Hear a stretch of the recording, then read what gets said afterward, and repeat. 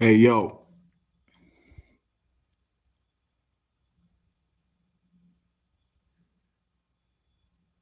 who's up in here?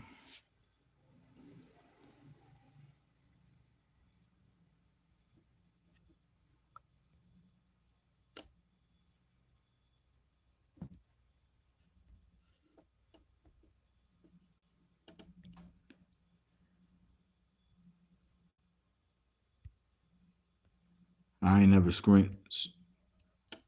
I ain't never streamed like this, or it's been a while. So I'm looking at all these features, see what I can do. Okay, who's watching? Let me know.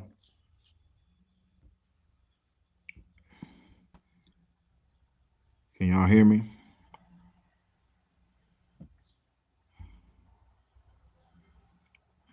What's this?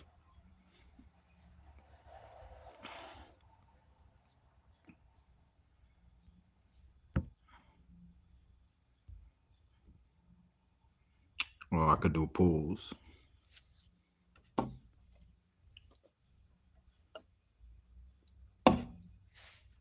This is an open window, live Q&A. Ask me whatever the hell you want.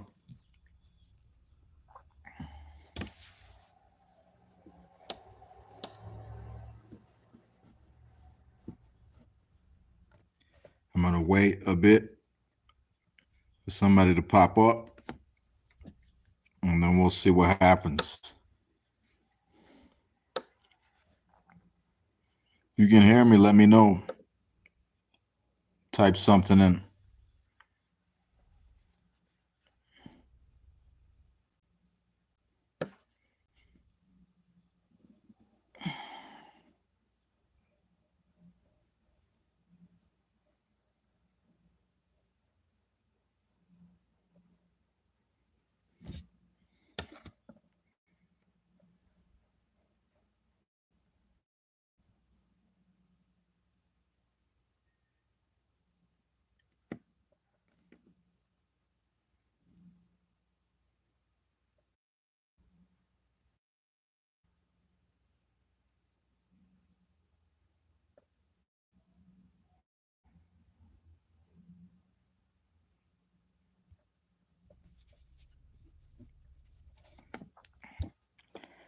Anybody in here?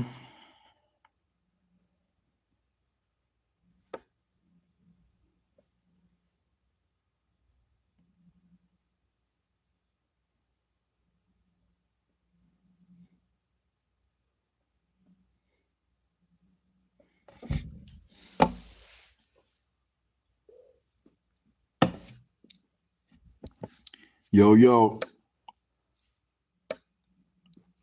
who's in the house?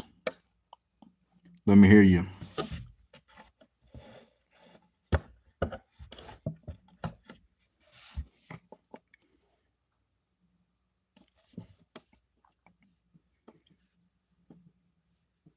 My.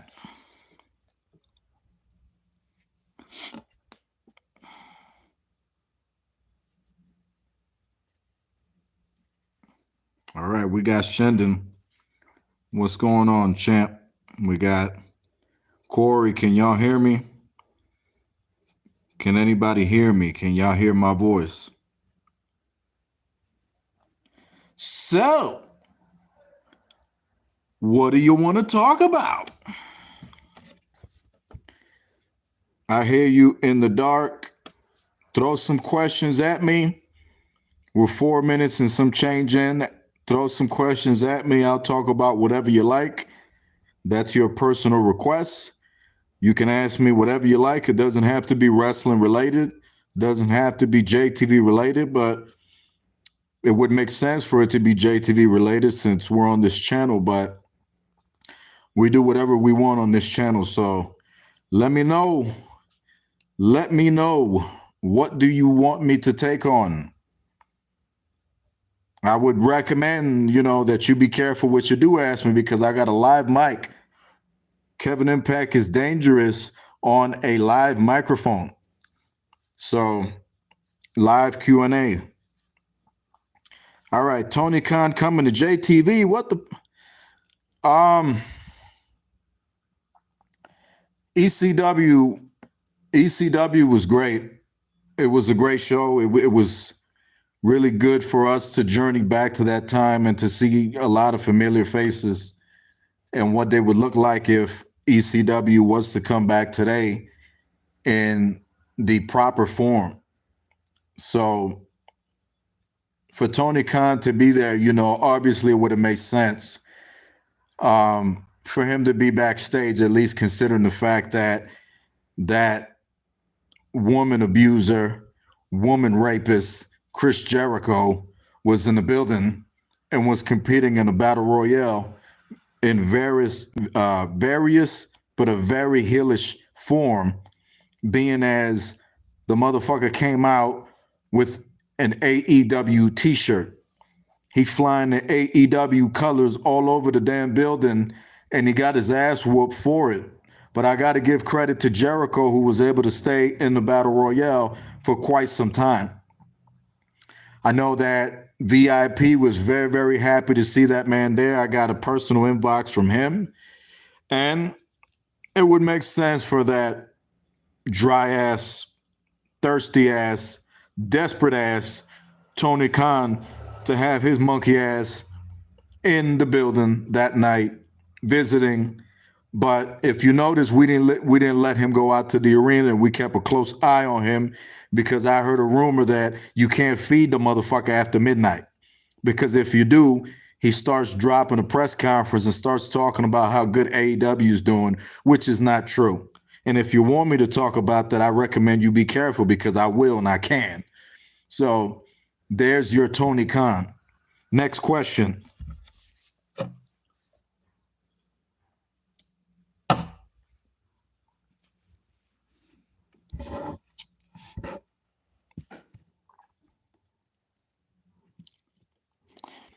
I want to take this time while the next question is popping up to send a personal congratulations to the all-star kid who just had the opportunity to finish up, what the hell is it, MK1. MK1 is nothing more than a goddamn cash grab. It is an absolute disaster. They just, I can't believe it. They took this game that had so much potential, and it got put down faster than a dead baby. You take that however the hell you want. But man, I played MK1 a little bit with Lowrider, Marcus Holloway, AJ Jenkins, Mark Bennett, and a few people. And when we usually get on there and play, we usually have a great battle. Same as when me and Mark like to play I think it's Marvel versus Capcom Infinite. I might be wrong. I think it's Marvel versus Capcom. Usually I like to play with Dante, and me and him get in there, and it's just a back and forth. If you could have probably Jackie Chan versus Bruce Lee, that's me and Mark going at it. So Corey went ahead and finished the story to that. It seemed like he enjoyed it from what he told me, and I'm glad that he's on vacation for a little bit right now. He's just taking some time off to himself. He earned it, and he's had the opportunity to game a bit. That's what he's up to right now these days. And with that, I'm proud of the motherfucker, because there's a lot of the times I don't like him, because I feel like Corey's a fake gamer, and then he turns around and he finishes the game just to prove me wrong. And that's who the all-star kid is. The all-star kid is a man who you put limitation on him, you doubt the guy, and then he finds a way to win.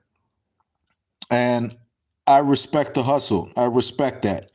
The man is really his own. He's what can I say? He's a walking sponsorship. You know what I mean? I ain't gonna put all the man's business out there like that, but the man does his thing. He's got a hell of a following in the internet world.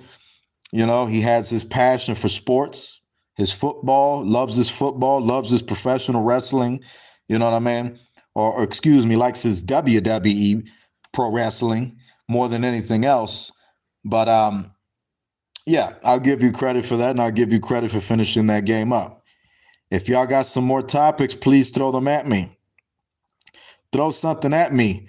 Who do you want me to talk about? What do you want me to talk about? Let me know in the comment section. Where do we go next? Because if not, I got this live microphone and I'll say whatever the hell comes to mind. So damn sure better throw something else at me that you want me to talk about. I'll talk about whatever. Nothing is off the damn table here. I'm all ears. I'm looking down at the comments to see if anything else popping up. We got 4 people watching. Hey man, smash that like button. I see 2 likes. We got 4 people watching. We're 11 minutes into the video. Let's get that thumbs up. Hit that thumbs up.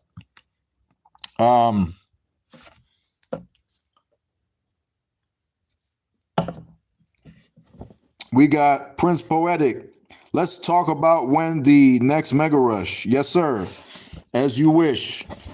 The next Mega Rush, from what I found out yesterday, is going to be Mega Rush, obviously 132, and it looks like it's going to be emanating. Shit. Did I forget? No, I didn't forget. We're going to be live from Phoenix, Arizona. And I had a conversation with a few people already about that show. Big plans going into it as it is. I'm still wrapping up the match card. We're looking to get back real soon to JTV and put out some shows. The next show obviously is going to be JTV Mega Rush, and you know me, I'm going to be doing everything that I can to make that episode an absolute banger. I think we've been doing fantastic. We've garnered a few subscribers in the last couple of days, so obviously the channel's hot. There's people watching the content. I noticed the other day that there was also a few people celebrating and having fun with the anniversary of Siphon Filter. Had put up a link up on Facebook about the JTV film that we put out some years ago, Siphon Filter, which to my surprise has done fairly well on YouTube. Up to date, the most successful, highest rated film in JTV Films is Power Rangers Rebirth. I'm sure VIP is very happy about that.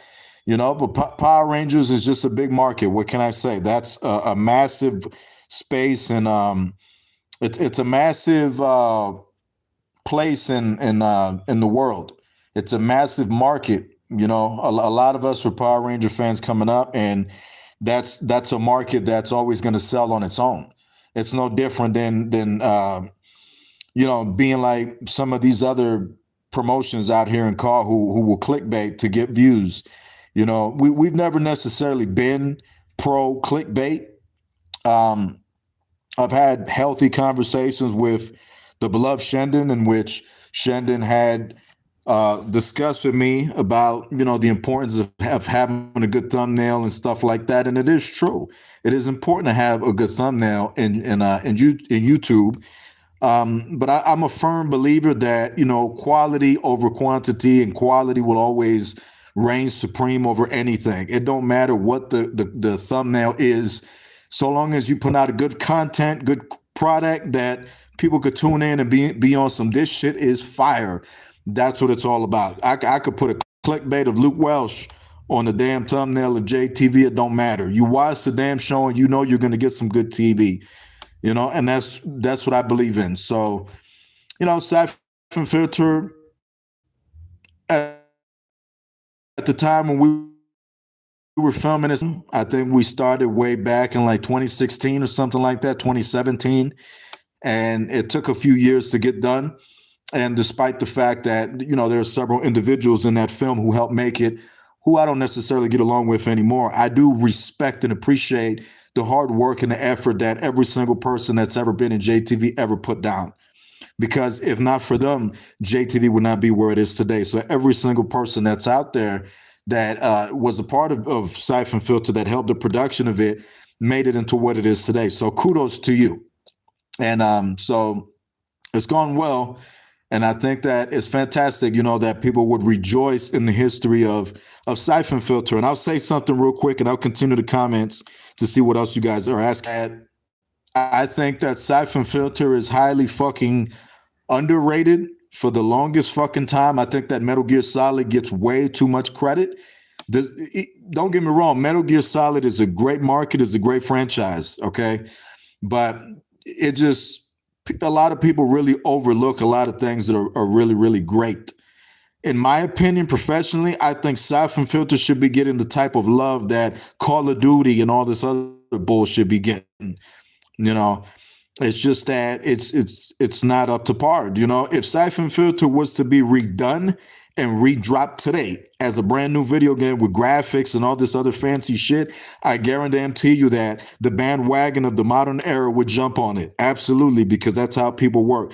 None of these kids want to go back to the 90s when King of New York was red hot and all that other stuff, and New Jack City was it, because it's old films. But if you drop it now with the fancy graphics and everything else, it picks up easily. And speaking of films, I also want to say something else really fast. Got an opportunity yesterday to go to the theater and to watch Madame Web. And Madame Web, in my opinion, is the female version of Spider-Man meets Final Destination.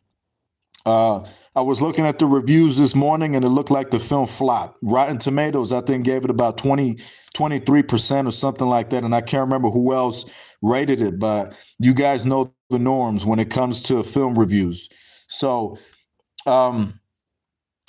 Madame Web, is it a great film? Absolutely. I watched it. I enjoyed it. I wasn't sexist about it. I really don't understand. And y'all could take this however you want, but this is just me speaking my mind, telling it like it is. I find it very interesting that Madame Web would flop in this age. I say that because you have a certain community that wants to really attempt to control everything and is really vibrant and really strong on gender equality and stuff like that. But where's the support when it comes to these women films? Where is it? You know what I mean? Birds of Prey flopped. Charlie's Angel, one of them, the last one, flopped. The Ghostbusters movie with all the girls flopped on it. A lot of these female films flop. How are they flopping in this era? It's interesting to me that they would flop, Pat. Now, moving on, let's explore the comment section, see what else you guys want me to talk about. Hungry for a fight. Okay, Mr. Nix, no question about it. I can definitely confirm right now. I can confirm that Marcus Holloway and Jada Nix will both be in action on the next Mega Rush, and they will be in tag team action. And we are looking for that to specifically be on 2K24. So let that hype begin. You boys have got to have your shit together. If push comes to shove, we'll tape on 2K23. It's no big deal, but we're looking to go into 2K24 immediately. I had a conversation, tiny one, with Dark Kenton. I don't think I told her, but Lowrider knows because I told him to tell Ari. And if he hasn't, then you guys can tell her that the women's division looked like it's probably going to be directed on 2K23 while on 24. Specific reasons why. I'll let your imagination guess. But the women's division is probably going to lag a little bit on 2K23 for a bit. But the rest of the men are going to be vibrantly competing on 2K24. And I am definitely looking forward to that. We can talk about that topic also if you guys want. But Marcus Holloway and Jada Nix will be in tag team action, Mega Rush 132, live from Phoenix, Arizona. That is confirmed. What else is in the comment section? Corey Flash is coming for blood. I believe you. Jada Nix says, what's your thoughts about Corey Flash going for Shendon one more time, possibly Jada Nix being special guest referee? Okay. I think that like anybody else who is willing to be a workhorse and bust their ass to prove themselves. All the respect in the world to Shendon, one of the greatest world champions I've ever seen in call. And it's hard for me to say and talk about really strong world heavyweight champions in call, because you got to understand a lot of world champions in call are simulated. And another thing about world heavyweight champions in call, you don't have a presentation in call like the one we bring to the table. We bring a really direct, really in your face, realistic approach to what contendership should be and earning your way to the top and the brass ring and being the world heavyweight champion. And proof of that, evidence of that, is the fact that this man Shendon been the world's champion for 2 years and going. Me personally, I don't have a problem saying that I think it's about time we have a new champion, but I'm not Vince McMahon. I am not going to screw Shendon out of the World Heavyweight Championship when he's earned it. You have to take it from him. And speaking of taking it from him, you have Jada Nix. Jada Nix has now defeated this man somehow, some way, 3 times in a row. It's been very impressive because nobody's been able to do that in the history of JTV.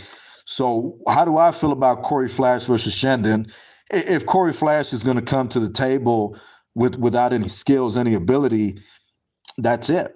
It's a death sentence. It's a death wish for Corey Flash. Corey is a man swimming in an ocean of sharks and piranhas, I dare say, if he goes up against Shendon without any actual skill.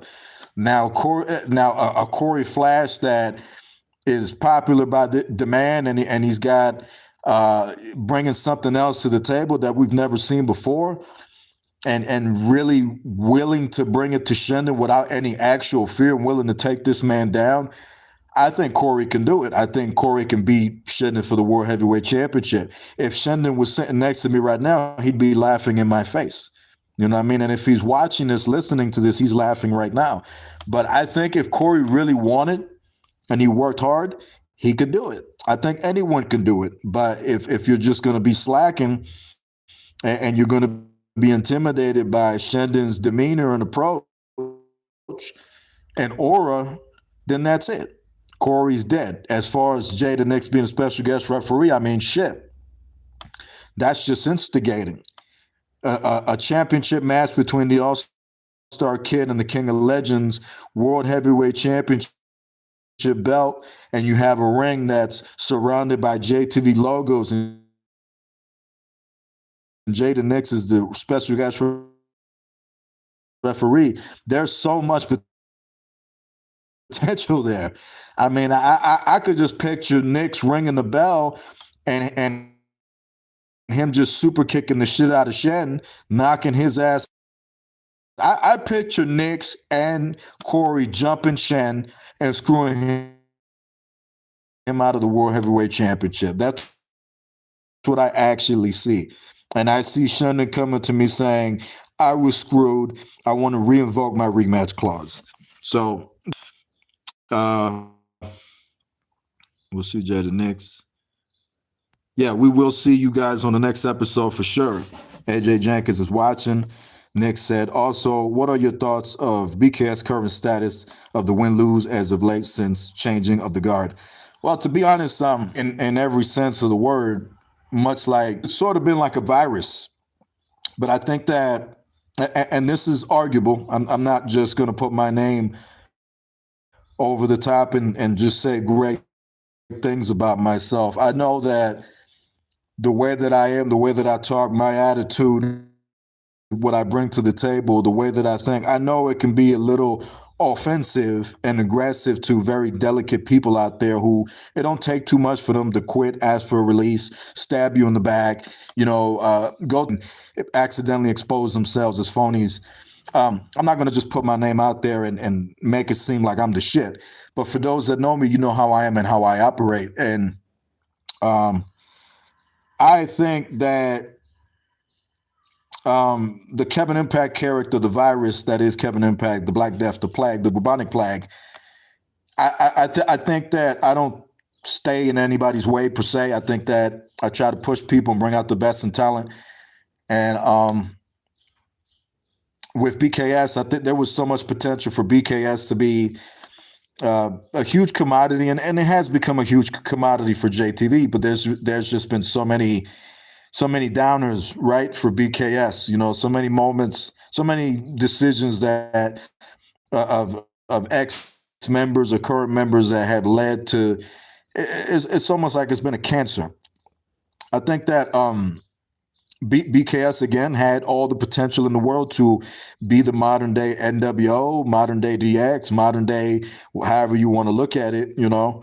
But I think that I could sit here and knock BKS for the win-loss records and all that other stuff, but I mean, it wasn't really that much more different when I was in control.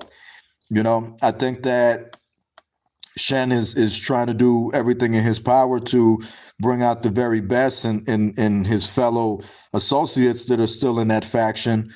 But you know, I mean, win-loss thing has always been the same thing. I just think that there's people who are in BKS who are just okay with just having a position in JTV, and I think that there's not enough people wanted to succeed. I mean, I got to shout out Axel. I think Axel has potential to be a star one day in JTV and to accomplish great things. I know you don't like to hear that, Nix, but you know, I do see potential in the man. It's just that the thing with Axel is just that he's going through kind of the whole Goldberg phase. And he needs to get in the ring, and he needs to just continue to master the whole JTV style. And the whole JTV style is to be able to wrestle, to be able to put on a show, to be able to sell, which is important, you know, and not to spam, for the love of God, you know. And I think Axel has got a few victories under his belt. You know, he suffered his first loss to the JTV 5-star champion of the world, AJ Jenkins. But the thing about Axel is that he was undefeated for a bit, and he was kicking ass. And he was a badass in BKS, and that's why I had recruited him to be a part of that faction. And but the thing about him is he's a long way from being where he needs to be. He really needs to work at himself and really try to craft what he can do in the ring and become a much better entertainer. Potential, but he's just got a long way to go. You know, he's somebody that stands out for me. Looking at everybody else, you know what I mean? There's been way too many people in that faction that just want shit handed to them and were just delicate and sensitive and fake and a bunch of other shit that it just doesn't work for what JTV is. That's not what JTV stands for. You know, JTV's never been about any of that. JTV has always been a positive product that, you know, you have this opportunity to be the best that you can be. And it's always been geared towards that. It's never been geared towards any specific form of fucking control or drama or toxicness or whatever, you know, despite the fact that the faction itself is toxic towards JTV. So I think that you got to show more hunger. You know, I'm not going to name drop certain members of the faction, but it's just like I think that there's people in there that got to show more hunger. I think that there's been a lot of talented people in BKS. I will say that. There's been a lot of talented people in BKS that truly could have made their legacy mean more, because that's really what it's about. You know, this is not about me or anything. This is about your legacy and the history you leave behind. And that's the reason why I choose to situate my decision making and I rely on myself to be as positive as I can, focus on what I should. And what I should be focused on is just the well-being of JTV and the happiness of the people on the roster. If you are here and you are not happy, then, you know, you got to do what you have to do. You know, there's a lot of people on the roster and there's so much that still needs to be proven. So I'll say that much. Let me go scroll back up and see what I got. All right.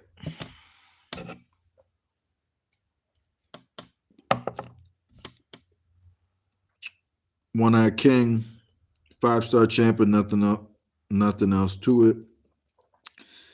Jada Nix, what are your thoughts on the rumors that have been going around that Shannon has been negotiated with Dan Rapture about joining BKS. Do you think that would be a good choice for Dan, knowing his in MC? Hey, that's the first I've heard of any rumor of Dan Rapture going to BKS. I think that the Misfits, the Iron Misfits, have gotten over nicely. Mark Bannon and Conville Wolf, I think, had a hell of a banger at the ECW show for Christmas. I think that it was probably the greatest wrestling match I've ever seen from Mark. And the way he worked in that match, it was almost like, if I had to compare Mark to anyone in that match, I would compare him to, AJ's going to love me for this one, but I would say Beethoven. I would say that Mark Bannon was Beethoven in that match, and he was putting on a theatrical masterpiece. He had a hell of a damn wrestling match, and he killed it, and he retained the championship belt. That's what it's about. And he walked out the champion, and with this last show that went on Next Gen, which I really feel like this last episode of Next Gen was highly underrated. I think it should have definitely been paid more attention to, because it was just an absolute new beginning for the product. I myself can tell you that Next Gen was lacking for a bit. I was exploring, see what I was going to do with it. We took it to Mexico City. We had taken it to some of those busted ass BCW Baron Blade arenas, wink, wink. And it was just, we took it to some of these gyms. We took it to trying to bring some of that Rocky Balboa, Eye of the Tiger passion back. AJ Jenkins got an opportunity to spark interest from everybody coming out to some of these arenas and these shows and being able to showcase himself a bit. And, it was such a healthy thing that it got him up to Mega Rush. So, in my opinion, I think that the recent Next Gen before the relaunch, I wouldn't say it wasn't too bad, because we got an opportunity to see that version of AJ Jenkins, and we got an opportunity to see, Johnny Franchise almost end it all.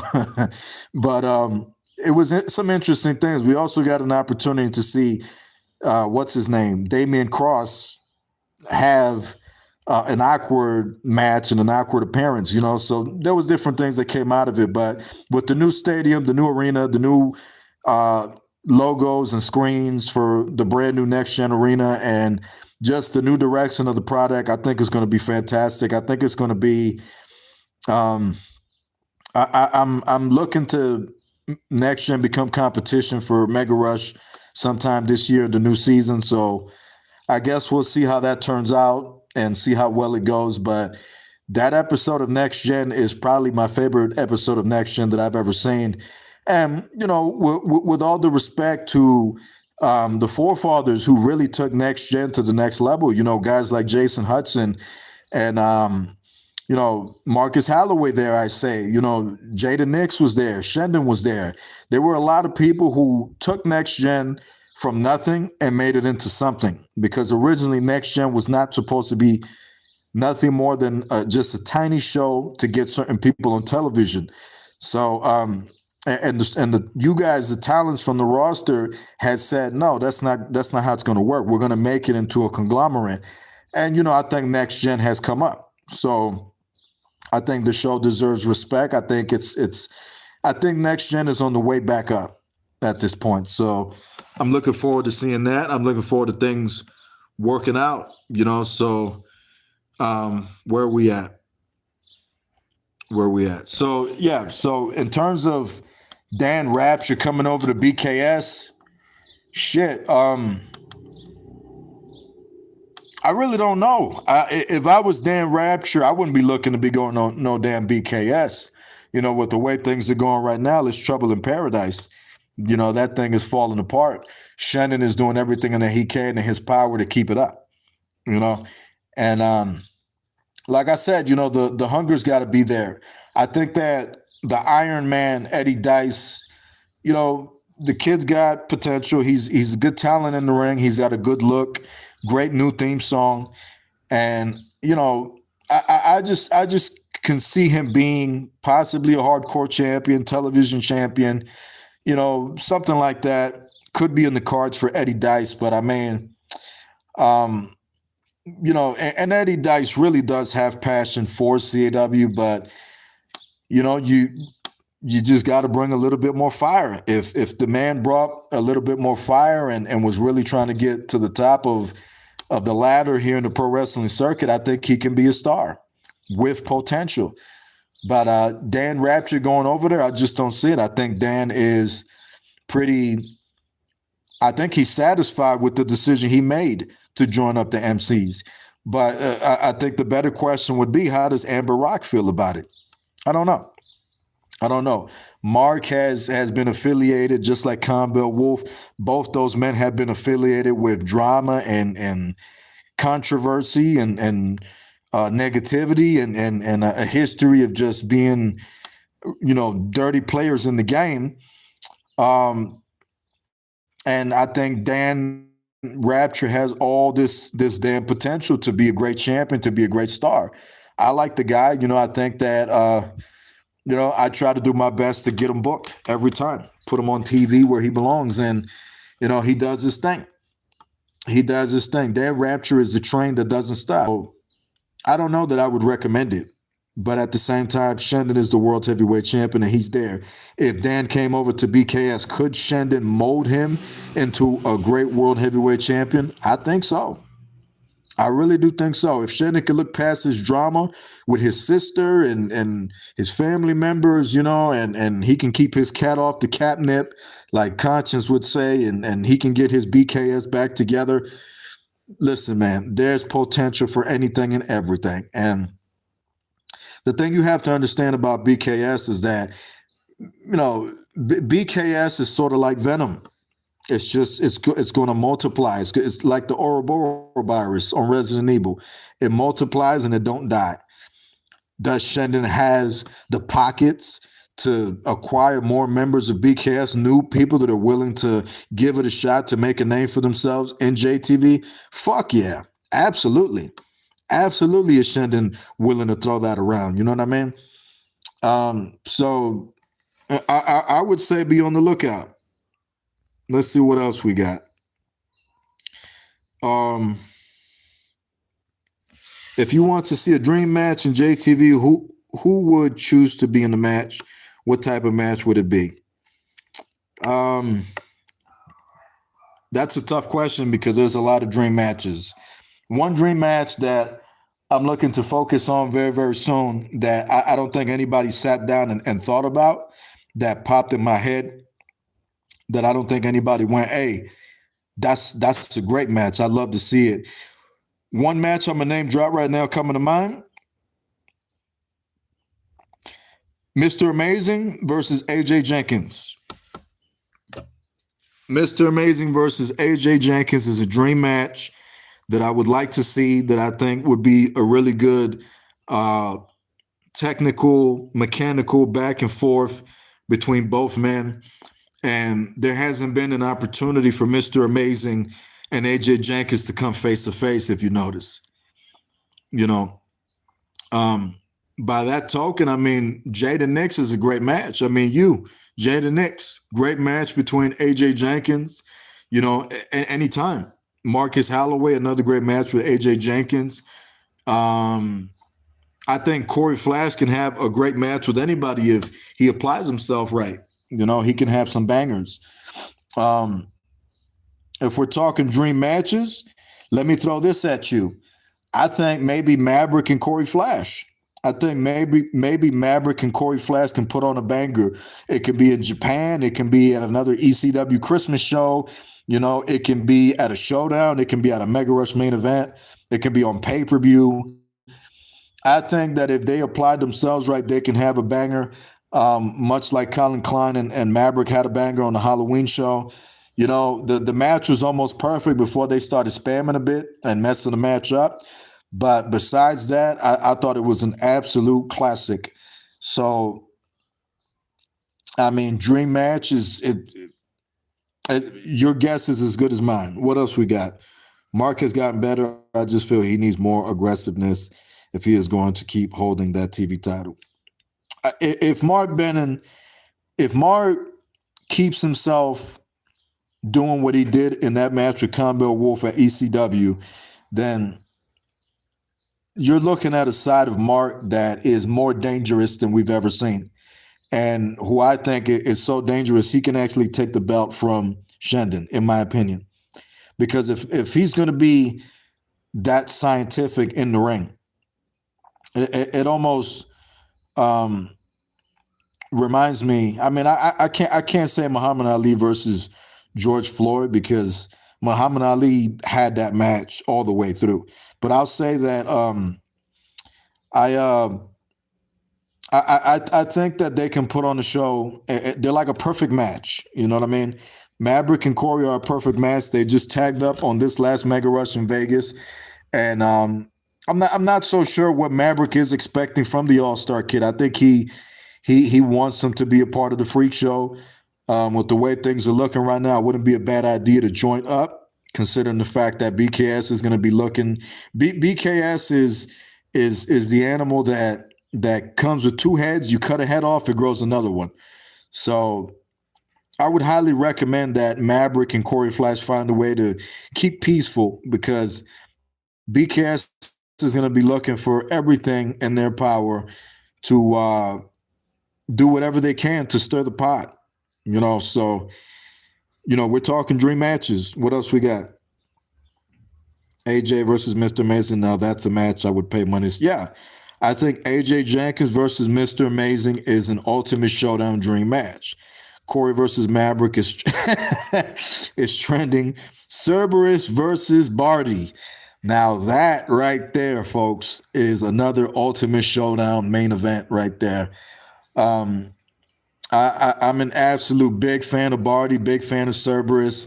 I think both men have done fantastic. Cerberus has got that JTV television championship. He's got the total title, excuse me. And then Barty has the undefeated streak. So, they are somebody in JTV. They're not just a bunch of rookies just walking in, or a bunch of jabronis just trying to say they're the best but not actually proving it, And we've seen this for many, many years in JTV, that a lot of people talked about that they're the best or going to be the best, deemed themselves as like some kind of a top star, but bitch, whined, complained, begged for opportunity, begged for shit to be handed, and didn't really prove it, Cerberus and Barty are two guys that have proven it. They've proven it. And that's what matters in JTV. AJ Jenkins has proven himself.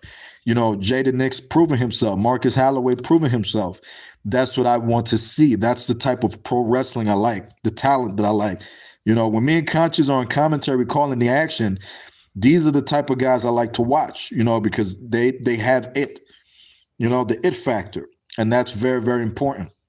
So, yeah, definitely Cerberus versus Barty is a thumbs up for me.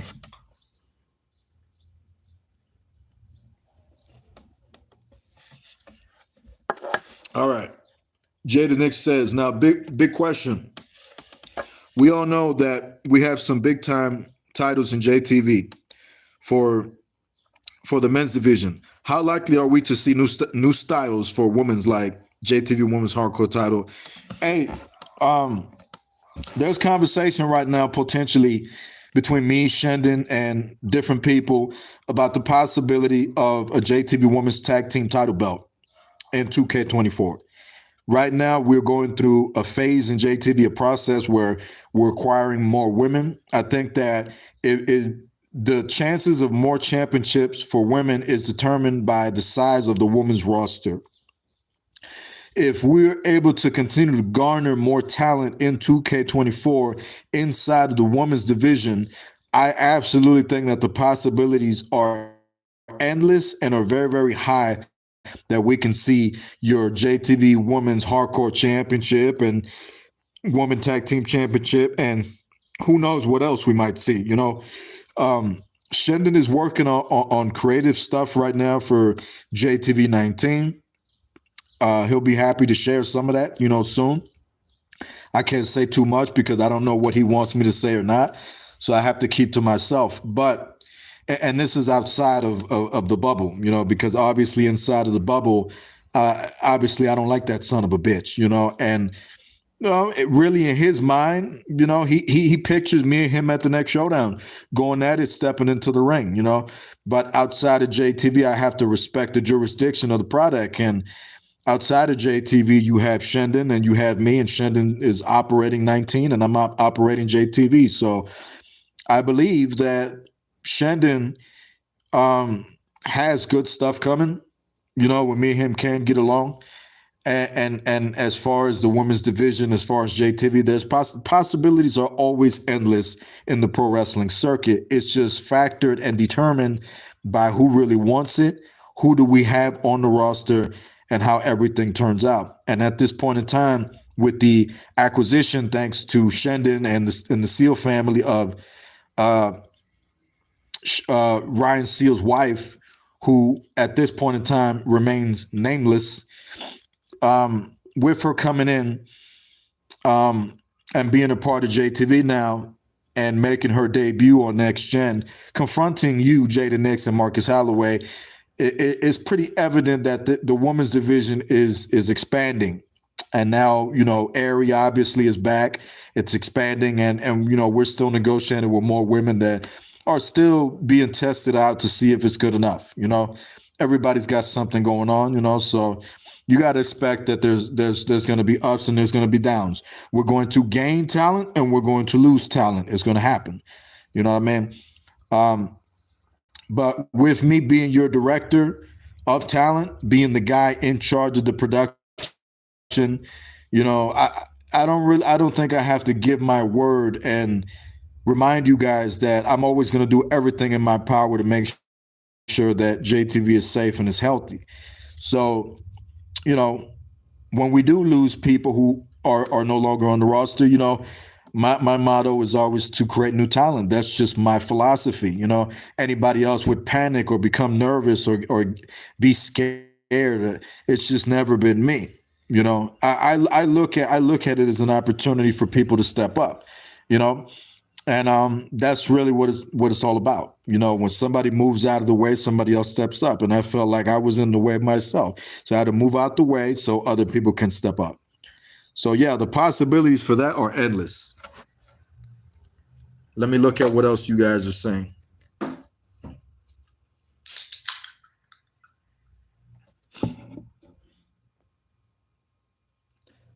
I appreciate the questions y'all throwing at me, man. Keep them coming. I'm having a blast here with this Q&A.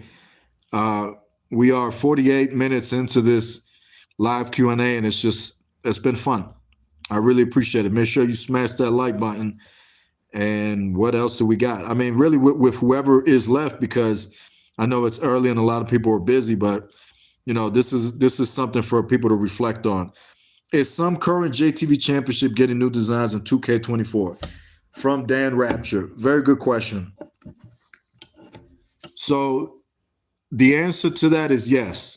I had a conversation with Shen, a really healthy one, a safe one, where we didn't beat the shit out of each other, in which I explained to him that we're going to be remodeling and updating a lot of the championships that we have.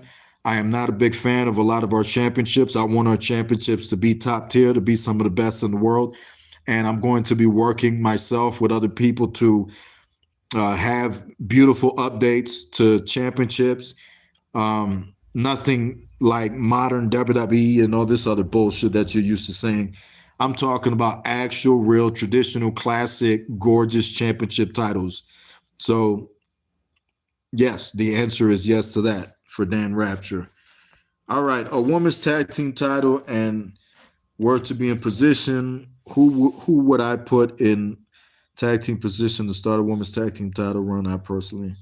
I would say Amanda and Sophia versus Kira Rose and Amber Rocks for the first ever women's tag team championship. That's just my opinion. Hey, I'm not going to take nothing away from that. You know what I mean? Obviously, Kira Rose, Jada Nix's woman, made her debut at the ECW show. I was a big fan because it threw me back to how I remember wrestling. I remember wrestling being, you have managers and you have not just managers, but you sometimes have women valets that come out with you and stuff like that. And I just always thought that was always badass back in the day. So, Jada Nix approached me and said, look, this is, I would like to have my woman come out with me at the ECW show. And I really didn't see an issue. I really didn't see an issue at all in it. Gorilla Cruz just got back to the pro wrestling circuit. He made a hell of an impact at the ECW show, taking out Shendon and sending a message. He had a really healthy, good pro wrestling match with Johnny Franchise or Johnny Francis at the Next Gen show. In my opinion, that was a main event match. So kudos to Johnny Francis and Gorilla Cruz for putting on the show. I don't think that story is over, especially with Russ Walker coming into play. But I will say that, Gorilla Cruz had his opportunity and he brought his lady out at Ultimate Showdown number 5. And it was a hell of a moment, and he actually won his match and became the 5-star champion when he took on Troy Jackson. So, and had his woman come out to, caress him and be with him in the ring. It threw me back really to the Macho Man and Ms. Elizabeth. So I really like that. I like to see stuff like that. And, I don't see any issues with it, and I don't see any reason why I should have any issues with that. So as far as that being a dream tag team match for a potential women's tag team title, sure, I could see that. I wouldn't have an issue with that. Nick says, I can even see Ari as the first ever hardcore champion since being best friends. The hardcore demon lowrider, I believe she can show a lot of potential of being that first ever champion. Hey, I'll throw this at you. I would say that for Ari, the writing's on the wall. I think that at this point in time, it's just pretty evident that things have not gone the way Ari's been wanting ever since she's re-signed with JTV. But that's fine, because that just means that you got to work harder. And I think that since Ari was last here at JTV, the product was a different machine than it is today. Today you have a much stronger women's division of women who actually want to try to be the best or put on a good performance and stuff like that. And I see that locker room being hungry. I think that Jocelyn Havoc needs a little bit more fire under her. I think that she needs to care about her work a little bit more in JTV, but she's a former women's champion, and I think that she has potential to get the belt back if she's willing to make X amount of sacrifice to get there. But it's not going to be handed to you. You got to bust your ass to get there. I think Ari has been in a bit of a funk, but I mean, like any player, any baseball player coming back after being away for some time, you got to get back into the rhythm. You got to start swinging. You're going to strike out a few times. You're going to punch out a few times. You're going to fly ball a few times, but you need to refocus and you need to start hitting homers. And sometimes you can't just go to the plate and hit homers. Sometimes you got to start slow. You got to hit a single. You got to hit a double. You got to hit a triple. You got to go out into the field. You got to bunt to get on base. And that's where Ari's at. She's bunting, she's swinging, she's punching out, she's hitting, getting some hits, getting a double. So she needs to just focus on her thing, and sooner or later, she's just going to be knocking it out the park. Home run, home run, home run, home run, grand slam, grand slam. So I really do see it. And the reason I say that is because I got an opportunity to work with Ari before she came back, and her stuff was sluggish, and it didn't take her too much time before she got back in shape. We went out to the Performance Center, and she started slow, and she worked slowly progressing back into a good form. And I think that despite the fact that things have not gone how she wanted, she's been doing fantastic, man. She's been doing great, in my opinion. The stuff she did with Jocelyn Havoc at Pumpkin Night, where she was hiding behind the second stage and had a weapon, and Jocelyn just walked into it, bow, took her head right off. I thought that was very entertaining. I thought it was really good, and she went on to stay in the match and headline the main event of that match with Amber Rocks. You know what I mean? And the stuff she did at the ECW show, my God, that's like match of the year in JTV right there. Those women killed it. they killed it. So I think that at this point in time, I don't know about no hardcore championship, although I'm pretty sure Aries hardcore enough to get to it. I think that the direction at this point is working your way back up to that women's championship.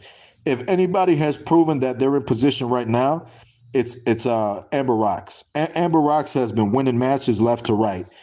She's had an opportunity to train with Shendon, and she's done her thing. She's trained with a few people, trained with Dan Rapture, and ever since she stepped her game up, she's been doing fantastic. She had a great season in 2K23, and I think she's going to have a better season in 2K24.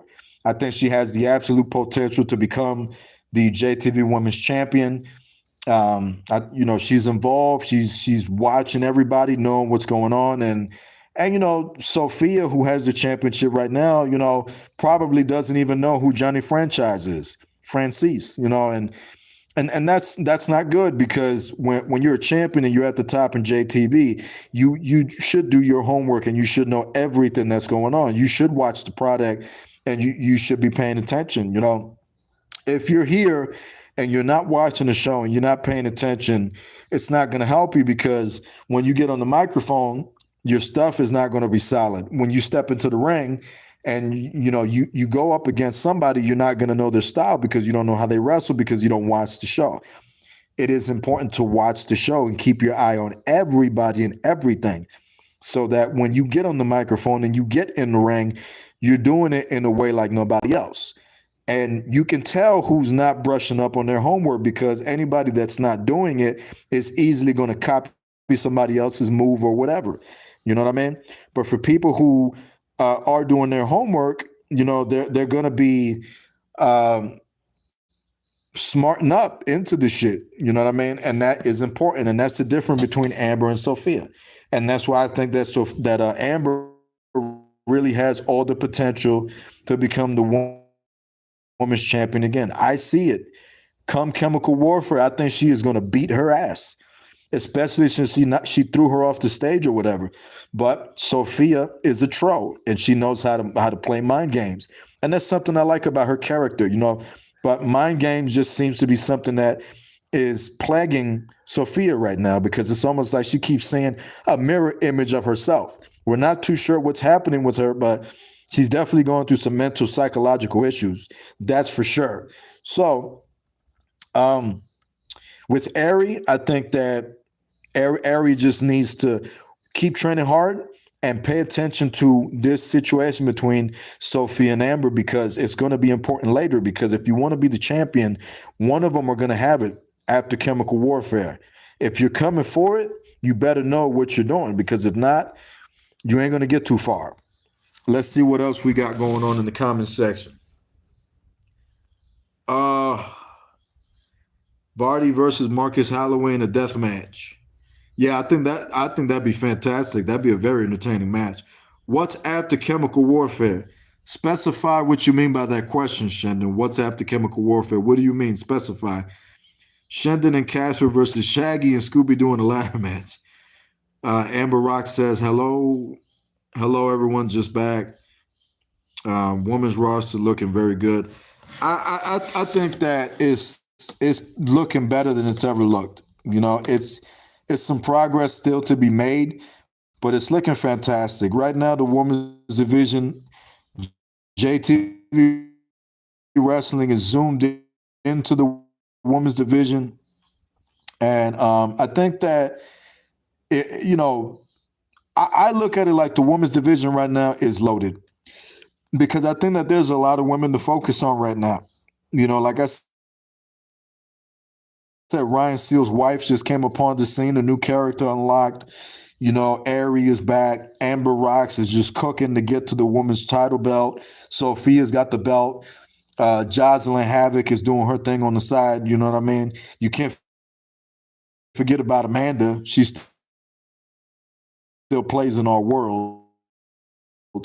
And then you have your casuals that step up to try to step up to the plate. You're what I like to call enhancement talents, who come in to try to prove themselves. So you never know when ending or a spot. Let's see what else we got. Uh-oh. Can y'all still hear me? All right, what do we got? Mark Bennon, good afternoon.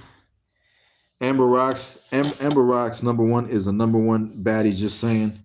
Oh, Knicks, you dog.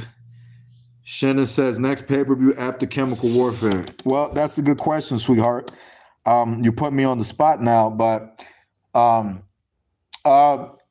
JTV really takes some time to produce and to go live and to put out shows, and it takes time sometimes, so there's potential right now for the possibility of a special pay-per-view event that I won't announce after Chemical Warfare. There's potential for that.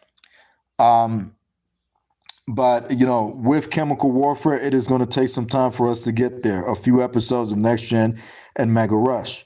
So I really, believe it or not, I think that by the time we're done with Chemical Warfare, we might be ready for the next showdown. I'm not sure.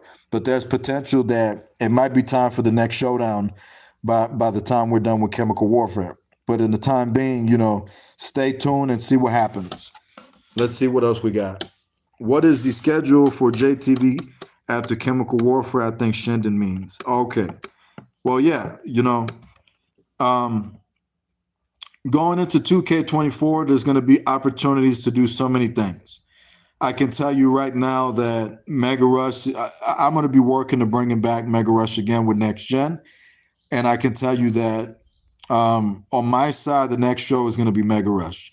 On Shendon's side, I'm going to be working with Shendon closely to bring you a few episodes of JTV 19. That's what's going to be coming back. JTV 19 returns. And Shendon has a few episodes for you guys. And I won't go too much into that because I'm not at liberty to say what is that's going to be all about. So you'll have to wait and see when Shendon is willing to share more information about that. What else we got? What's next for the television division?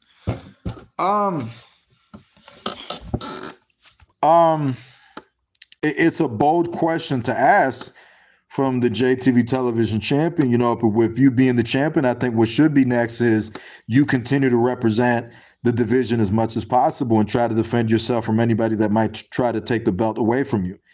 But I think going forward, I think we're going to focus on a lot of the up and coming talent. That's what the television title is all about, up and coming talent. What's next for the division is I'm going to be looking to try to give opportunity to people who are on their way up in JTV. And no, just because Dan Rapture is affiliated with you now and the Iron Misfits does not mean that I won't give him a World Television Championship match. So yeah, maybe you guys are buddies now, but I'm Kevin Impact, okay? And if I want to book you guys in a match, I'm going to book you guys in a match, so expect the unexpected. I'm going to be looking to try to fashion that division as much as I can and grow it using talent such as PJ Storm, along with you guys, possibly Convel Wolf. If Convel Wolf is going to be a main player in JTV, there could be potential for Maverick to be a world's television champion if he plays his cards right. I could see Corey Flash being a world's television champion. Marcus Holloway being world television champion. Barty, there's been a lot of acquisitions as of late. I think that Jackson Draven had a hell of an impact, beating Eddie Dyson under 3 minutes. I can see him being a champion. I think who else we got?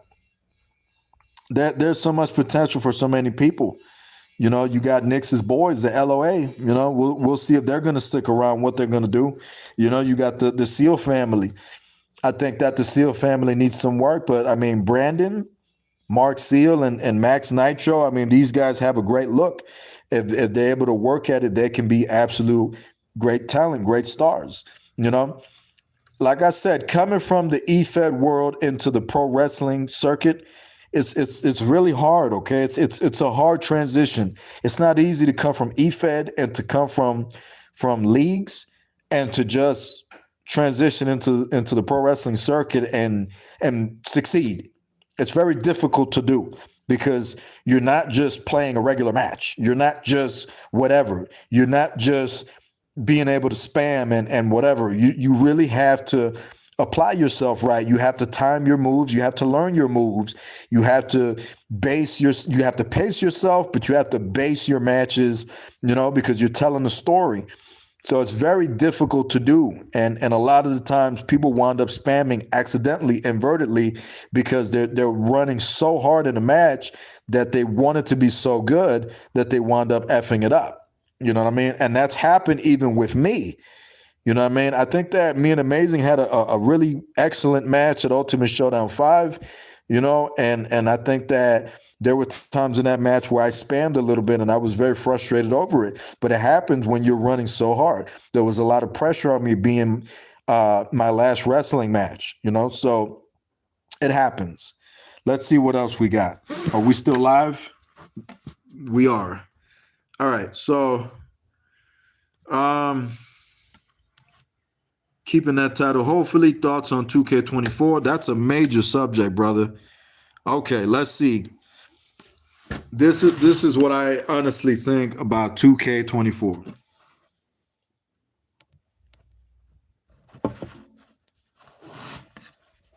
I think that 2K24 is an excellent video game upgrade going forward for the WWE pro wrestling fans. I think that 2K24 is the first actual good wrestling game for WWE in a long time. I think it's an extension of 2K14. I think that every year their game has been nothing more than just an update to the previous game. This is not an update. 2K24 is not an update to 2K23. 2K24 is a brand new video game. I see it like that because it's just so much that's coming out of it. There's so much effort that's been put into the game, and I'm personally excited about it. It throws me back to my time when I was excited about Here Comes the Pain coming out and Shut Your Mouth and No Mercy and WrestleMania 2000 and WWF Attitude and WWF Warzone and In Your House and Day of Reckoning 2. And there's been so many games, through the longest time. Let me throw WCW NWO Revenge in there. WCW, Mayhem. I almost said Backstage Assault, Mark. I'm sorry, Mark. It was an accident. There's been so many great wrestling games. The ECW games were great too, from 2000. And I think that 2K24 is the first SVR field game in a long time. So I think if you want to do this to yourself, if you want to say that you had WWE 2K14, right, and you want to skip in the timeline all the way to 2K24, I think you can do that. I think you can skip all the way because all those games have not been important. But I will say that I really like 2K20. 2K20 was a really, really great video game that was broken. An excellent video game that was destroyed. A masterpiece that was just tinted with shit because of 2K. Why? Because 2K20 had so many goddamn weapons. You had a really good, excellent arenas, backstage areas. It was great, man. It was really, really good. 2K19 is favored as one of the greatest games, and I'm prone to agree with that because I really like how 2K19 moved, and I really like how 2K19 had zoom in on creative video and all that other stuff. It was excellent. Why was it removed from the game? I have no idea. There was no reason, no purpose, but that's what they did. So I think that there's been some great games 2K has dropped. I'm not going to take that away, but they've all really been shit for a long time. And 2K24 really brings back the essence of what we love in a pro wrestling game. There's a lot of cheap getting away in 2K24, don't get me wrong. I think that the backstage area that they have is fucking garbage. I'm not impressed by just an ambulance being there and this and that and the elevator. That's not really impressive to me because It's just the same shit that they did, and it's not a backstage area. It's more of a parking lot loading dock. It's not a backstage area. They're calling it that. Okay, but from my understanding, there's going to be other areas like the Bray Wyatt Playhouse or whatever it's called, the Funhouse Playhouse, whatever. Correct me, what's it called? But to me, that's very, very important because if you go back to 2K20, you had a graveyard, you had the Wyatt compound. I mean, you had a movie studio. What else did you have? You had a boiler room, bro. I love the boiler room on 2K20. I fucking love that boiler room. Okay, you had a scrap yard in 2K20 that we took and we filmed shots for King Leo's return. You know what I mean? If y'all remember him, it's just like, bro, like it was fucking amazing. So I think 2K24 is a pretty good new upgrade, but there's a lot of shit they're getting away with. Backstage area, I'm not impressed. I think that the elevator is great. I think that the ambulance being back there is fantastic, and I think that it's good that you can throw weapons, but what else you got? That's it. That's all you really had back there. Casket coming back is really, really great. I think that special guest referee is going to be very, very fun for JTV. I think that the gauntlet match coming back is great because that's a throwback to the old JTV on PS1 with the ECW games and WWF Attitude. So I love to see the gauntlet match back. I think the roster is just fucking gorgeous. The biggest roster of all time. Love seeing all these people on there. I really can't complain about the roster, to be honest. Oh, I would love for Lexis King to be on it, but I mean that's little, that's minor. The roster is just phenomenal. They killed it this year with the roster, and I think it's a really good looking game. I like a lot of the things that I'm hearing. It's good that Command is back. That Command is back in matches because we have not had that in the game for a long time. Dare I say, the last time we had Command in the game was 2K14. Correct me if I'm wrong, but that's how I remember it. And then they took it out. And then AI just became stupid. You know, now with the Dudley Boys back in the game, you can actually tell Devon to get the table. You can command him. There's command in a match. In a wrestling match in 2K24, you have commands in tag team matches. That to me is going to be very, very, very fun. Very fun when we do shows. And let's talk about how you have that camera angle that rotates. That's a throwback to Day of Reckoning on the Nintendo GameCube. That's really, really good because now you can command that camera. You could turn it during wrestling matches. So now JTV can go back to Here Comes the Pain days and shut your mouth, and we can show the entrance. We can show the entrances in the wrestling shows when JTV's on now, and that's my favorite camera angle. The shit that we did at Pumpkin Night where you're showing the entrance while they're wrestling, we can do it in 2K24 without a damn glitched arena. And I love that. I love it. Love it. Absolutely love it. Highlight reel is probably going to be the shit. You know, there's a lot of good things coming out of 2K24, also including Create a Sign. I think it's amazing. I've already had Corey dying because I told him I'm gonna make a sign that says "Don't make fun of my stutter." You know what I mean?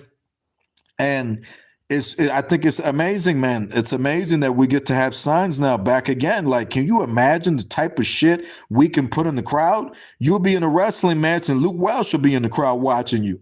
You know what I mean? You'll have Kevin Patrick will be in the crowd watching you. Azbula will be in the crowd watching you. Azbula, you know? So I think it's going to be fun, man. I think we're going to have a fun season. I had a tiny conversation with Low Rider yesterday. I said, let's just have fun in 2K24. And he's got the same attitude. I got the same attitude. We're just being positive in JTV, looking to have a fun season of sports. You know, sports entertainment and pro wrestling in the pro wrestling circuit. 2K24, thumbs up for me. What else you guys got?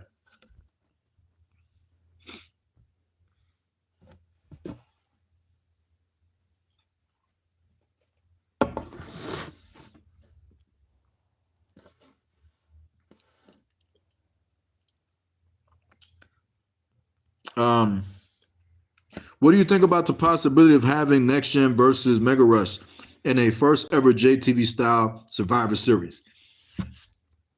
Well, Nix, you've been around long enough to know that Next Gen and Mega Rush have clashed in the past at the 100th episode of JTV Mega Rush, but it was the baby version.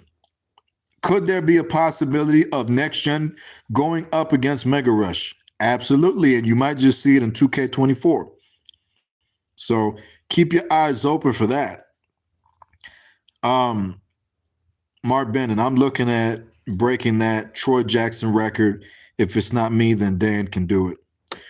Okay, well, I mean, I like the confidence, kid, but in this business, you got to be looking out for yourself. You can't just be handing shit out. You see an opportunity to break Troy Jackson's record when he was a champion. He had your belt. I mean, you got to go out and do it. You can't just hand it out to nobody else. You know what I mean? Because I don't think Dan's going to do any favors for you. And why should he? Faction or not, you guys are in the Iron Misfits to make a name for yourselves. That's why you were Conville Wolf. I mean, what other reason could there be? So anybody gets that opportunity, I mean, I'd say make the best of it. Right now you have a championship title in your lap, and that means you are somebody. Okay. Once upon a time, you've had all these difficulties and people waste your time, and you've been misused and overlooked in other promotions and in JTV. You've gotten this opportunity. You've got the belt. You're the man right now. You're the world television champion, and that adjective there added to that championship, world champion, it stands for something. It means you stand above all else. If you are the world's television champion, you've got to do everything in your power to remain the world's television champion. And if you lose it, I'd say aim for a higher goal. Let's see what else you got.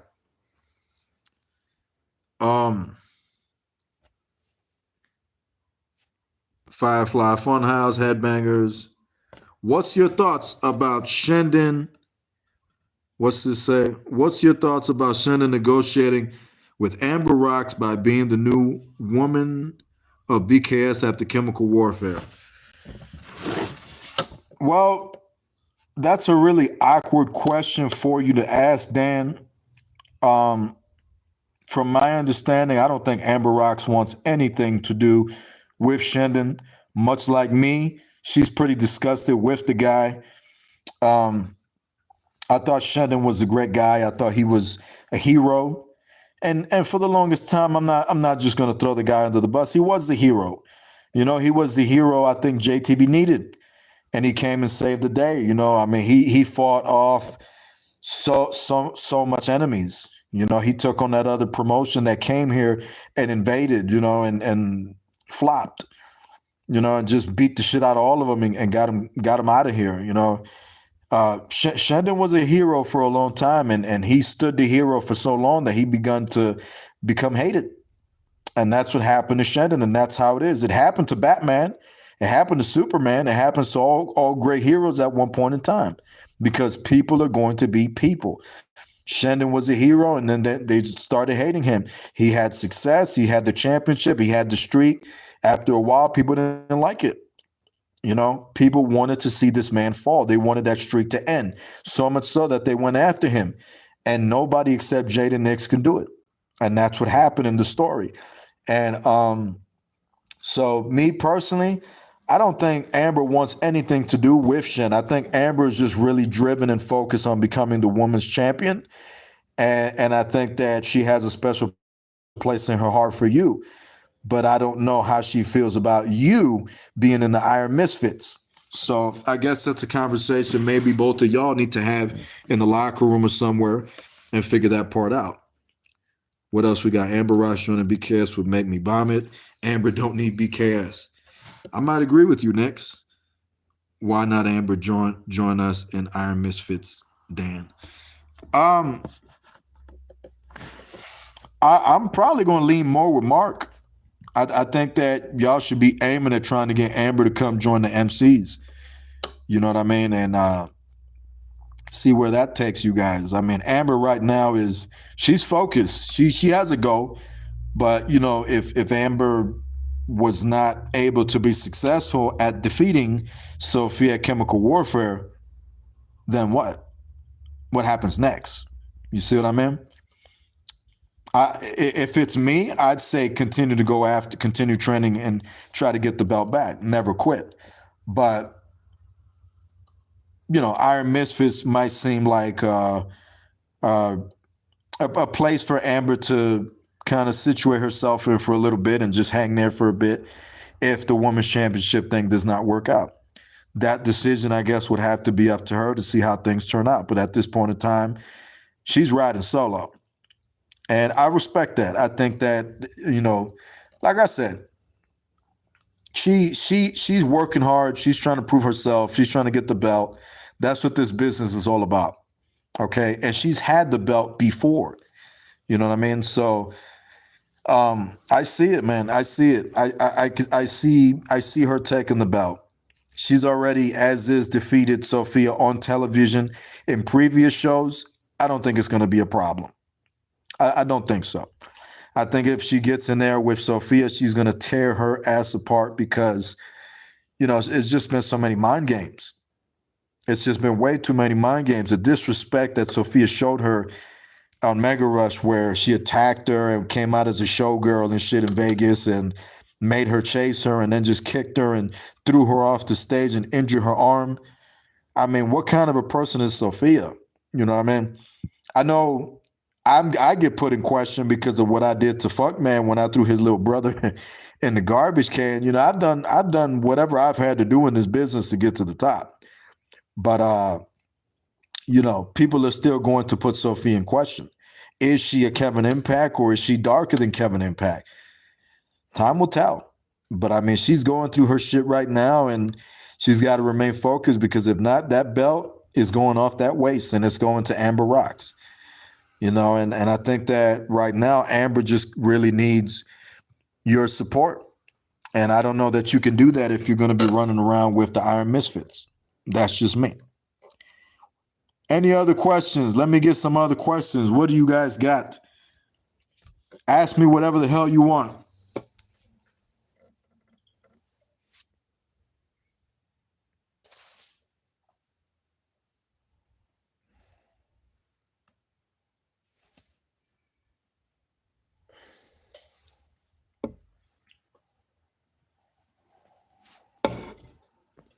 I'll take this time to, while you guys are coming up with some more questions, I'll take this time to send a shout out to Cerberus. Congratulations on retaining the JTV Total Championship on Next Gen in your classic match with Tommy Hawkins. I think Tommy Hawkins is, in my opinion, the future of JTV. Like Dan Rapture, Barty, Marcus, Nick, Shendon, Mark. Who else can I think of? The women, obviously, I'll say Corey Flash. I'll say AJ Jenkins. I'll say Axel.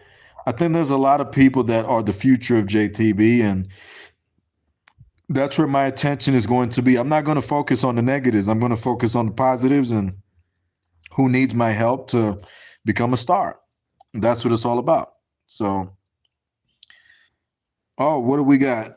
Will Kevin Impact come out of retirement? No. Kevin Impact has zero plan of coming out of retirement. The only match that Kevin Impact really has interest in right now is Shendon. If I'm going to get back into that ring, that's probably the one guy that I want to compete against in a big match, in a crazy JTV match. It doesn't matter whether it's Rage in the Cage or Last Man Standing or whatever. If I had anything else to prove in this business out of the years that I've been in it, I probably need to defeat Shendon, but I'm not going to take anything away from you guys neither, because I'll take a match with Nix, Marcus, you, Mark, Dan, Corey Flash, whomever, Lowrider. It don't matter to me. I'll take a match with anybody any day. But at this point in time, it's probably just best for me to stay out of the ring. I've proven more than enough. I really don't feel like I need to be in anybody's way. I'm excited. I'm a very happy man to be at the commentary booth with Chris Conscience. That is my job now in JTV. That is what I need to be doing. That is what I should be doing. I should not be getting in anybody's way. It's not about me anymore. So I'm excited about the new stars in next gen. I'm excited about the JTV talent, and I'm excited to see what's going to happen. And I've been enjoying the show ever since I retired. You know, I think I made the right decision retiring. I think that Jada Nick stepped up. Dan Rapture has had great opportunities. Mark Bennett stepped up in a huge way. You know, there's so many people. Even Corey Flash, I feel, has gotten a nice spotlight ever since I retired. So I don't think we need Kevin Impact in the ring. I think we need to just leave him there and just remember the history, the legacy, and I'll still be a part of the show. I'll still help out. You know, you guys will still run into me from time to time. So that's that. What would you think about a WCW tribute show? Man, Mark, that is an excellent question. That is an excellent idea. I think that with the success of JTV Snow Showdown, ECW rules, before the new year started, I think we've had great success. The show's still doing good, over 500 plus views and still counting. And I didn't expect that to happen because, you know, I made a huge mess during that show. You know, my microphone had cut out and we had audio issues and it was just a big mess. And I'm still apologizing to you guys to this day about making you wait 5 hours for the event. And I really didn't think that it was going to do too well. We went on close to like 2 a.m. or whatever it was, Eastern time. And I felt horrible about it. I still do. I really do. And to my surprise, everybody tuned into the shit. Everybody was just more than excited, ready, willing, and able. Like, man, JTV is on, Snow Showdown, ECW rules. I'm watching this damn show. The only thing I regret about it is that I didn't have you around, Mark, to hear your reaction, to hear you guys' reaction in the party, how I want it. I didn't have that, and that really hurt me. Even though we didn't have our party, we did, but I didn't have you around. I wanted more people around because I wanted to enjoy that moment, rejoice to see guys like the franchise Shane Douglas with Francine and Lance Storm coming back and Simon Diamond and the Blue World Order. You know, fantastic tables match with the Dudley Boys, ECW style. Taz was there, you know. It was just amazing. The Sandman and Tommy Dreamer and Super Crazy and Juventud Guerrera and Psychosis and Blue and Red Kane, and like the shit was just fire, man. It was just a throwback. It was a fun show, and I'm very happy that everybody got to enjoy it. It was an absolute huge success, you know, with so much hatred and people who prey on our downfall. You know, the Christmas holiday weekend was a huge success. And I loved it. I enjoyed it. I think it was great. I'm glad you guys enjoyed it. But we're talking about a WCW event. I think that a WCW JTV Pro Wrestling event would be epic. It would be interesting to see how we would work together and merge and clash and collide against the WCW superstars. I think it would be interesting to have Ric Flair and Bill Goldberg there and Bret the Hitman Hart. And maybe, I guess, Sting come out of retirement since he's getting ready to retire. I think it would be excellent to pay tribute to Eddie Guerrero and so many great talent that we lost. I mean, God, we just lost Ole Anderson. Rest in peace, Ole Anderson, man. Just phenomenal talent in the Four Horsemen. You know, we still got a few of those guys left, like you said, Mark, but it's really sad because Ole Anderson was a great technician in the ring. And these are the guys that I look to when I was making my rounds coming up in this business. You know, you guys are looking up to your Seth Rollins as well as your Kevin Impacts and your Shendons and your Jada Nicks and all these other guys that paved the way, like Lowrider and Jason Hudson and King Leo and all these guys, you know, from back in the day in JTB. But by that same token, you also have a situation that you know, I have my timeline, and in my timeline, I didn't, you know, JTV, when I was a rookie in JTV, you had Bret the Hitman Hart. You had The Rock was a rookie with me, Rocky Maivia. You know, you had Stone Cold Steve Austin. You had Owen Hart. You had the Headbangers. You had Ken Shamrock, who's coming back. You know, you had Cactus. You had Mick Foley. You know what I mean? Mankind, Do Love, Cactus Jack. You had Davey Boy Smith, the British Bulldog. You had Farouk. So many people in the war zone. Goldust, when I started. And those are the guys that I look to. When I went to the WCW, that's where I looked to. Bobby Duncan Jr., Sergeant Buddy Lee Parker, Bobby Blaze, uh, who else could I name drop? I mean, Harlem Heat, Diamond Dallas Page, Bill Goldberg. You guys know the whole nine. There's so many people that influenced me when I was coming up that has made JTV as strong as it is today. And that history is very important. So a WCW show, I think, would be epic, and it might be in the works, Mark. You never know. Wink, wink. What else we got?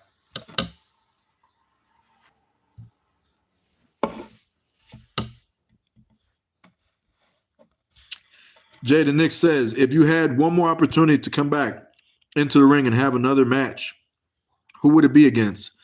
Well, like I said, there's so many of you guys on the roster that are damn talented that I get excited. I had to be a little selfish at Showdown, if you notice.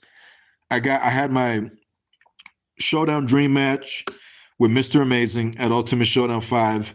I was scared that I was going to put on a horrible performance, and I was at least able to achieve a great wrestling match with Mr. Amazing.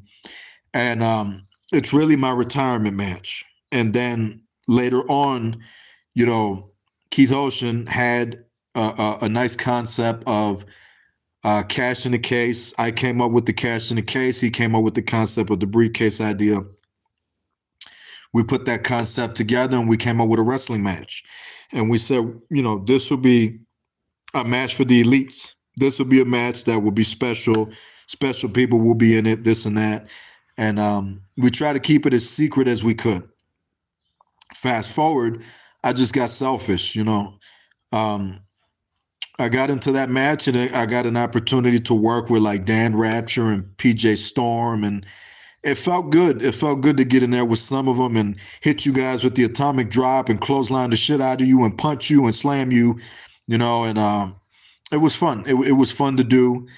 And I think that there's a lot of matches, but like I said earlier, I think if I was coming back out of retirement for one match, I think what would make sense would be me and Shandon before anybody else. I think that's a match that I would want to have.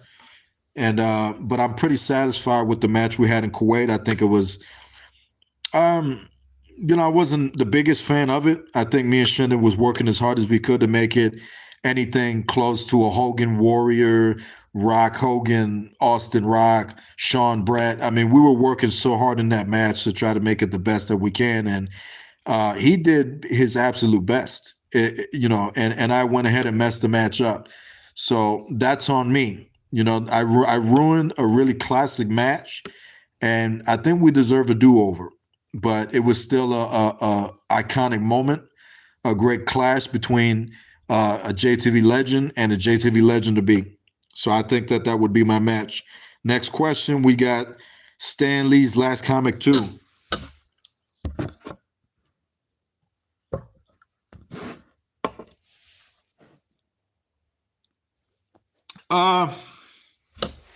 It's possible. I've been tossing around the idea of the potential for Stan Lee's Last Comic Part 2. But I keep trying to explain to people that when we did the JTV Stan Lee's Last Comic in 8-bit, which was fucking dope, excuse my language, it was fun. It was interesting. It was different. And that's what we do in JTV. We don't really try to be like everybody else. We want to do different things. And I think that the Stan Lee Last Comic show was special. And I think, if there's a second part to it, I don't know that the first part holds value. So it was always intended for Stan Lee's Last Comic to be a one-off.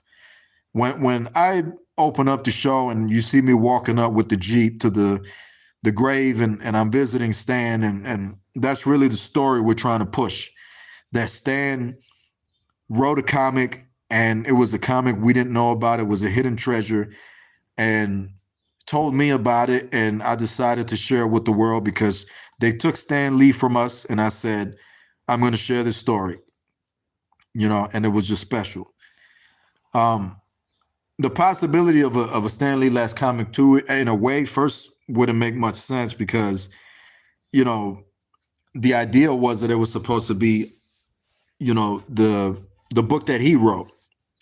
So I think if there was a Stan Lee last comic part 2, it would probably make sense if Kevin Impact wrote the book. That's one way we can get away with it, that I see that Kevin Impact maybe wrote his own comic.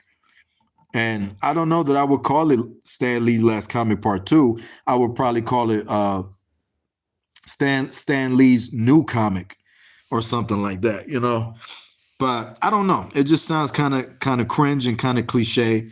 But I don't know. I don't know that I would. But there's potential with 2K24. It's potential that we could tell another story. It's possible. I wouldn't rule it out. But for this point in time, I don't see it happening. What else we got? That's right, Mark. You were supposed to be a part of that. It's unfortunate that you missed out on it. Any other questions? Hit me with some more questions, people. What else you got? Ask me whatever the hell you want. What else you got? Give me them good questions. Come on now. What do we got?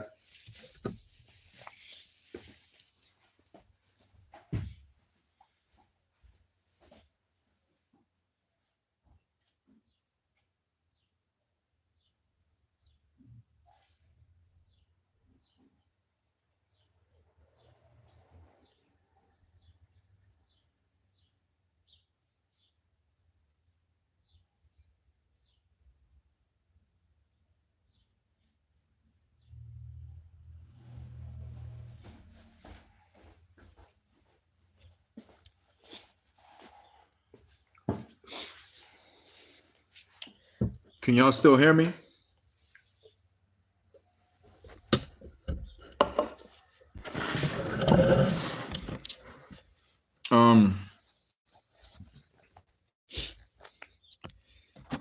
Any other questions? What we got? What else would you guys like to ask me about? Let me know. What else do we have?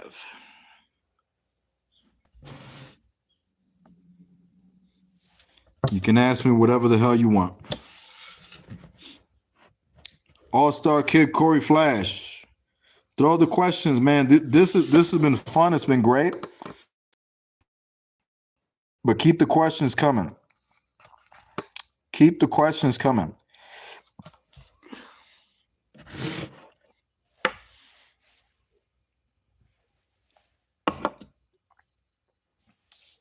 What else we got here?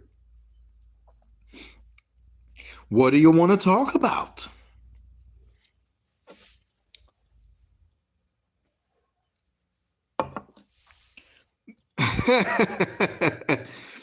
Do you see Corey Flash finishing his story?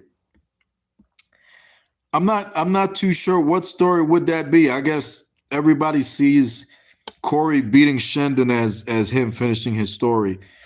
Man, I got a lot of love for Corey. It's no secret. Anytime me and Corey step into the ring, it's like Owen and Brett. And I always felt the responsibility to work hard to protect him and help him and give him my guidance, my best advice, just how Brett would do to Owen. And I think that Corey Flash has stepped up. I'll say that. Corey Flash has stepped up in such a way because you have to understand the reason Corey impresses me, while some of you might not like Corey, the reason I like Corey is because Corey was an E-Fed guy. Corey was a kid who came to JTV and was really simulated. He really was. Corey was simulated at the beginning. And as time went on, Corey in 2009 and 2010, after some time, when we started going PvP, he stepped up. Corey had the opportunity to train with his boy Sean Storm back in the old Team Flash. Corey had his opportunity to work with Lowrider and VIP and Kevin Impact and Ray Geddes and all these people from back in the day. And he adjusted himself in the ring as best he could. Corey is a former world's heavyweight champion. Corey is a former total champion. Corey has been former world tag team champion. Corey has had great matches with people. Corey had a great match with Jason Hudson, great match with Kevin Impact. You know, you can name them. So Corey's not really a pushover. Corey is somebody who can get his shit done if he applies himself. And if he applied himself accordingly, Corey can do anything he wants in JTB. He can be hardcore champion again because he was former hardcore champion. He was. He can be anything he wants. He can be tag team champion again. He could go fight AJ and take the 5-star championship belt from him. He can go fight Cerberus. You know, Cerberus was the one that took the total title from Corey. Let's not forget about that. You know, and they had a banger. He had a banger with Mark Bannon during the pandemic. The middle of COVID going on, middle of COVID, empty arena, dark green light arena, like it's goddamn Call of Duty zombies or something. And Corey's out there with Mark Bannon and they're having a banger. So Corey's reliable. And Corey has proven time and time again that when you snuff him out and you categorize him as garbage, as somebody who just can't do it and all this other shit, he will prove you wrong. Okay? This loco, what's his nickname? El Cabron. This Cabron went elsewhere and showed me that he earned and deserved his opportunity to come back to JTV. All right. It wasn't just in real life. That means something, you know, so he has it in him to have the wherewithal to apply to himself to the caliber of play, whatever he's thinking about. He might be thinking about John Madden in the NFL. He might be thinking of the Bucks. He might be thinking about John Cena at WrestleMania. It don't matter. Whatever motivation he uses, he can climb to the top like Cody Rhodes. Can he finish his story? Will he finish his story? Only if he applies himself accordingly. Let's see what else you guys got. Dream opponent for the All-Star Kid. I don't know if you was here earlier when I mentioned it, but I think you and Maverick, Corey Flash and Maverick, I think can probably be a dream match that can turn into something special, like Colin Klein and Corey and Maverick. I think Colin Klein versus Corey Flash can be a showdown main event. I think that I would love to see a rematch between Cerberus and Corey. I think that if Corey applies himself right, I'd love to see him go up against Shendon in a fair match. I could see Marcus Holloway and Corey doing something together. I could see Mark Bannon and Corey doing something together. You know, I could see Barty. It's possible if Corey applies himself accordingly. You know what I mean? There's so much talent in JTV. There's so many cards that you can throw at Corey. I mean, it's just endless. And that's how I love pro wrestling. I love wrestling to be like that, to where you have a lot of options. And in JTV Pro Wrestling, you have those options. So much talent that can compete and step up, and that's what I love to see. Okay? AJ Jenkins versus Corey Flash. I might stay away from that, but there's been a lot of great matches that he's had, and there's been a lot of great matches that he could have. What else do we have? Moving on to the next one. I dream of opponent for Corey Flash.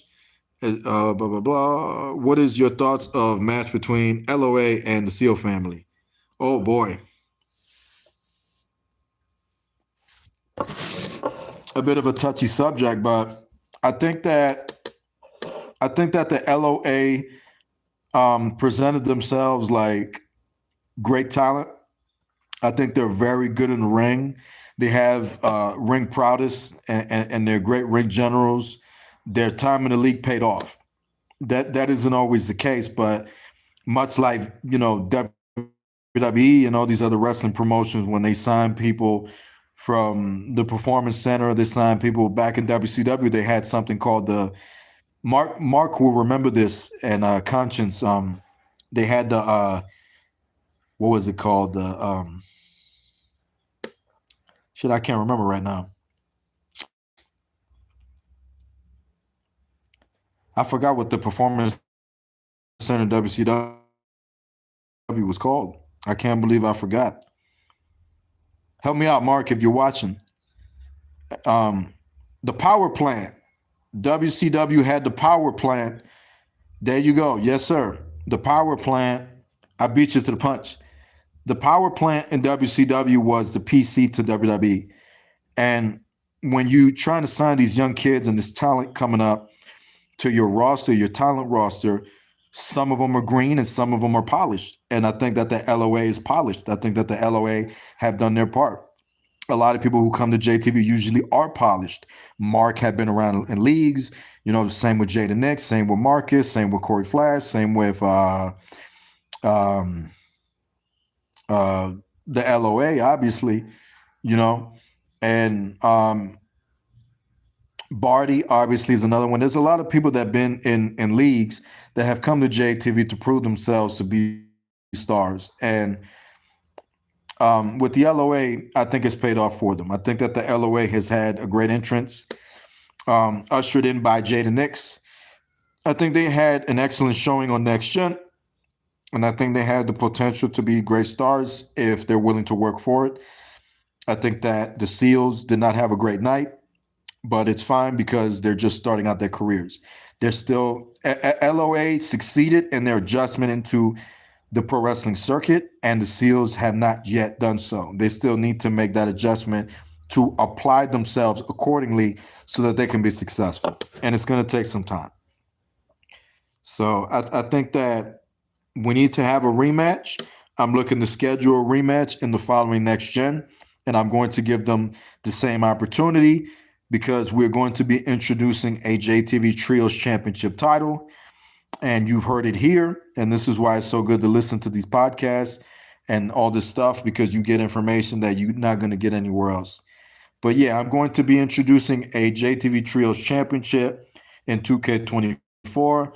I talked to Gorilla Cruz about it about like a year or two ago. We were negotiating. He was supposed to make the belt. And at this point in time, we're just scheduling it. And it's looking like there's potential for it to be revealed at JTV Chemical Warfare. But I need people to prove themselves. So believe it or not, we're going to attempt to have a trios division in JTV. We'll see if it could work out. That's what I think of that match. How do you think that? Okay. So I answered your question. Wouldn't mind another match with Corey, blah, blah, blah. Okay. Throw some more questions at me. What else you fellas got?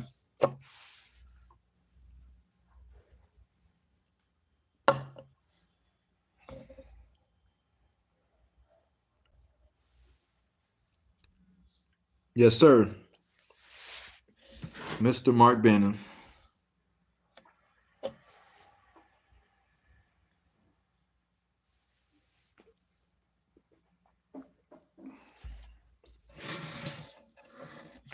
I'm probably going to be wrapping up here in 12 minutes or so. So if you guys got some more questions, feel free to throw them at me, whatever you like.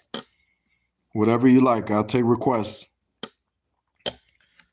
What do you want me to talk about? What do you want to ask me?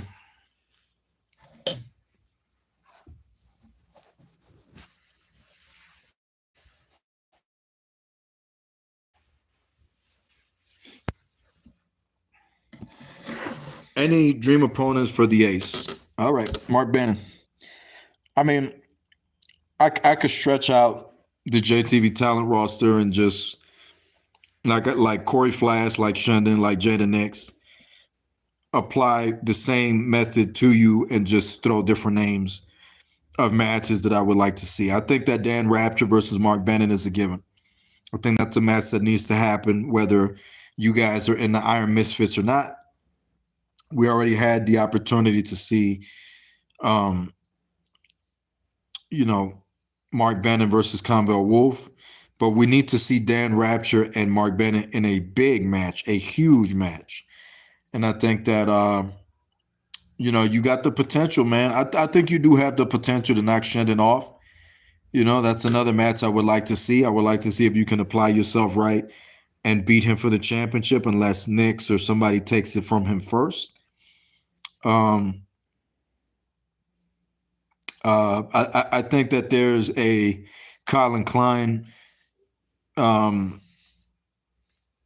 Bannon match that we still need to see, that needs to be like this huge wrestling match that we can't forget about. I can see that in my mind. People have championships in JTV. I would love to see Mark Bennett versus AJ Jenkins, title versus title, like Hogan and Warrior. That'd be dope. Or maybe Mark Bennett versus Cerberus, title versus title, Shendon versus Mark Bennett, title versus title, I can see that in my mind. I could see a really good wrestling match, as usual, between Mark Bennett and Corey Flash, another rematch. I could see Barty versus Mark Bennett being a good wrestling match.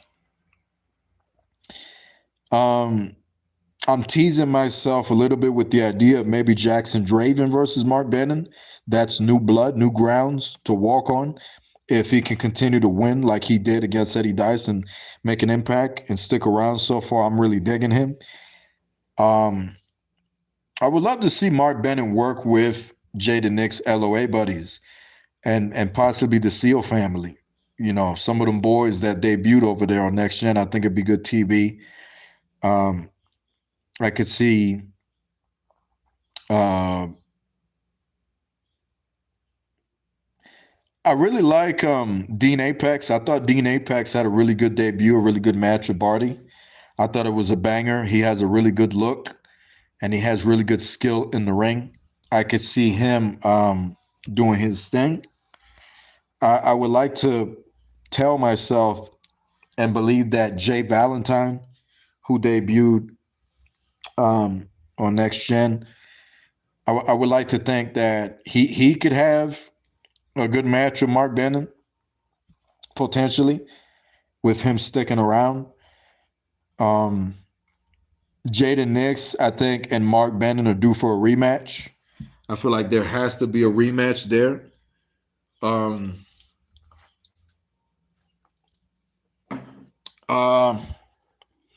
I think Maverick versus Mark Bennett could be a really good wrestling match also. I think if Maverick really is having a good day that day, I think he can put on a hell of a show with Mark Bennett and a really pay-per-view match. Like I said, there's just so many people on JTV that I could think of that could have a great match with Mark Bennett. That could be a dream match.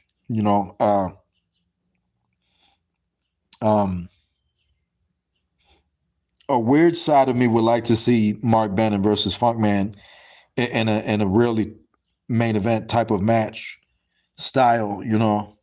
Like they're just it's a lot of people on the roster that.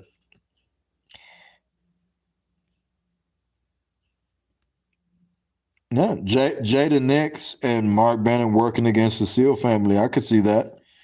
That could be a hell of a match. I agree. Throw some more questions at me. What else you guys got?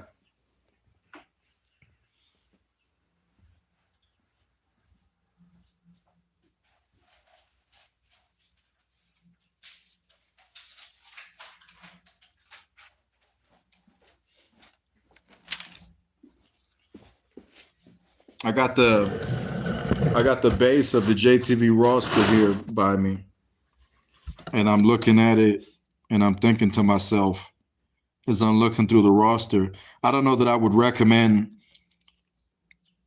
Mark Bennett versus Axel. I think that would be a tough match, but I think a great wrestling match would be Mark Bennett, PJ Storm. PJ Storm is very talented. I think that Tommy Hawkins and Mark Bennett, obviously you guys had a banger before on Mega Rush. I'd love to see a rematch in 2K24. You talk about Troy Jackson. I think Troy Jackson versus Mark Bennett, I think is you talk about breaking the guy's streak as the champion. Why not actually face him and kick his ass and make a name for yourself on that? I could see that. Another really healthy television match would be Mark Bennett versus Mr. Amazing. That's another great match. Here's a wild card. I'm going to hit you with a wild card. You ready, Mark? Mark Bennett versus Gorilla Cruz. Top that, amigo. Now that's a match right there. That is an epic match right there. I could see what else, and then you have the brothers in arms. I see you having an epic match with any one of those guys. Easy, easy main event match. Easy main event match. Mark Bennett versus Matt Seal or Ryan Seal. Easy. That's easy. That me writing Mark Bennett versus any one of the brothers in arms on paper on a match card. That's a day off for me. That's me laying in bed sleeping and getting 500 easy views for JTV Mega Rush or whatever. That's me sleeping, like not even worrying about nothing, knowing that it's gonna do well. So I could see a lot of matches to answer that question, Mark. Throw some questions at me. What else you guys got? Let's see. All right. Blah blah blah. Brother versus brother, Ryan versus. Listen, man, that I don't know that JTV's ready for Matt Seal versus Ryan Seal. That right there is something that I don't think we're ready for. That's kind of Matt Seal versus Ryan Seal. It's like all of us being on the Titanic sleeping, but it's already sinking, and we don't have time to prepare, and we just got to get ready for it to go down under. That's how I look at it. Like there's no coming back from that. That's like me writing on a piece of paper, Jaden Nix versus Marcus Holloway. There's no return. What else we got? Do I think JTV is missing something? Interesting question, Shendon.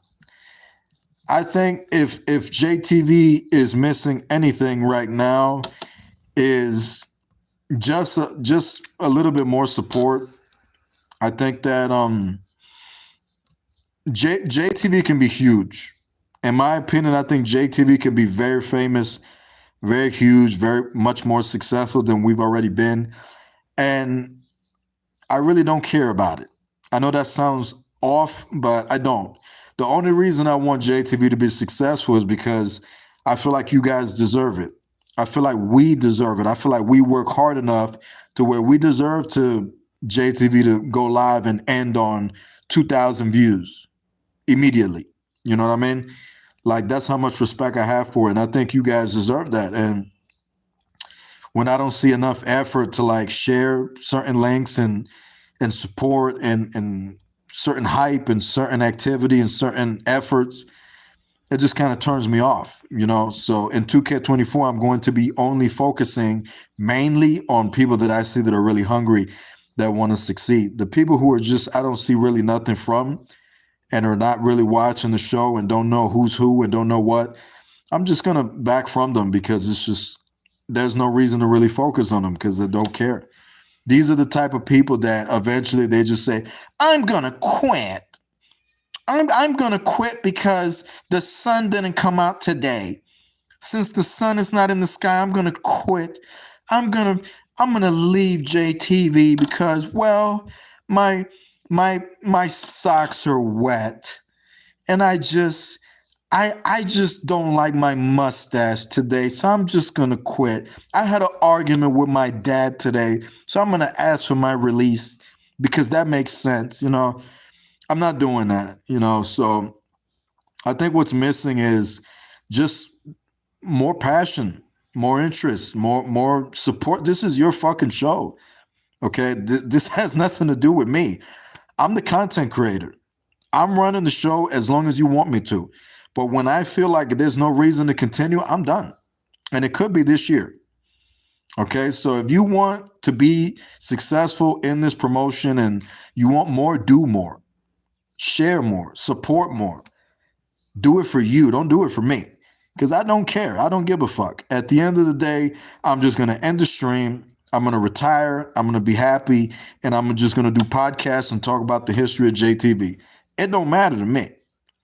There are people out there that have this misconception that like JTV's real life to me and like this and that. I don't care. I love JTV. I care enough to do my part. But at the end of the day, it is what it is. If you want it to be successful and you want to be successful in it, do your part. Watch the show, support it. Put it out there, share it, do everything in your power to get your name out there because your name is a part of it. And even if it's not, this is your fucking brand. Why not share it? Just because you're not on the match card doesn't mean you shouldn't share it. Share it. You know what I mean? Don't be selfish. So I think that's what's mainly missing about JTV. Just I would like to see more people involved like that, you know? What other questions you guys have?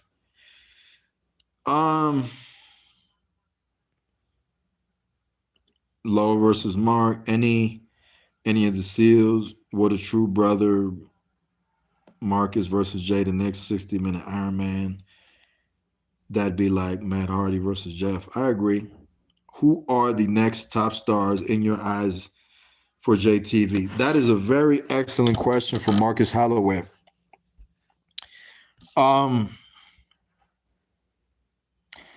I see. I'm going to go through the roster just for you. Let's have some fun, right? Let's go through the roster. So I see Shendon sticking around. I see him being successful. I see him still being a champion somehow, but I think there's going to be people that are really going to step up in 2K24 this season. I think Shendon is going to find a way to apply himself. The reason I say that is because I've noticed that even when people doubt Shendon, I just see him finding a way to train, to adapt. And you got to understand, Shendon's like Jada Nix. He looks for what do you call it? He looks for weak points.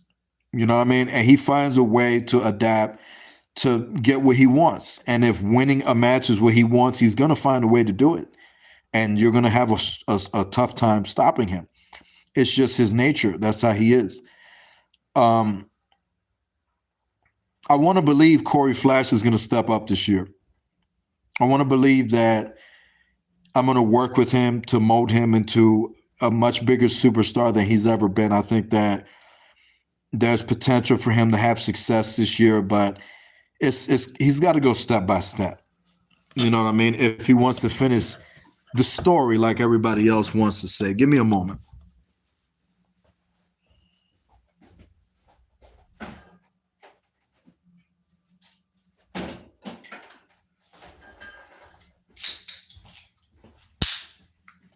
And then you have Jada Nix. Listen, I'll say this in Jada Nix's face. When I ever meet him in real life, I'll say this online. It doesn't matter. I did not like Jada Nix. This is no secret. We knew about it. We've had issues in the past. I like Jada Nix as a talent because he's become one of my favorite superstars in JTV because as a fan, me and Conscience, because Nix stepped up in a way that I've never seen. And I feel horrible. I feel horrible that I waited so long to pull the trigger on Nix because this dude, I think he had it all along.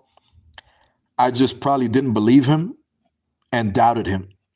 And he ran up on me and smacked the shit out of me and said, I told you. I warned you. I tried to tell you a long time ago, but you didn't believe me.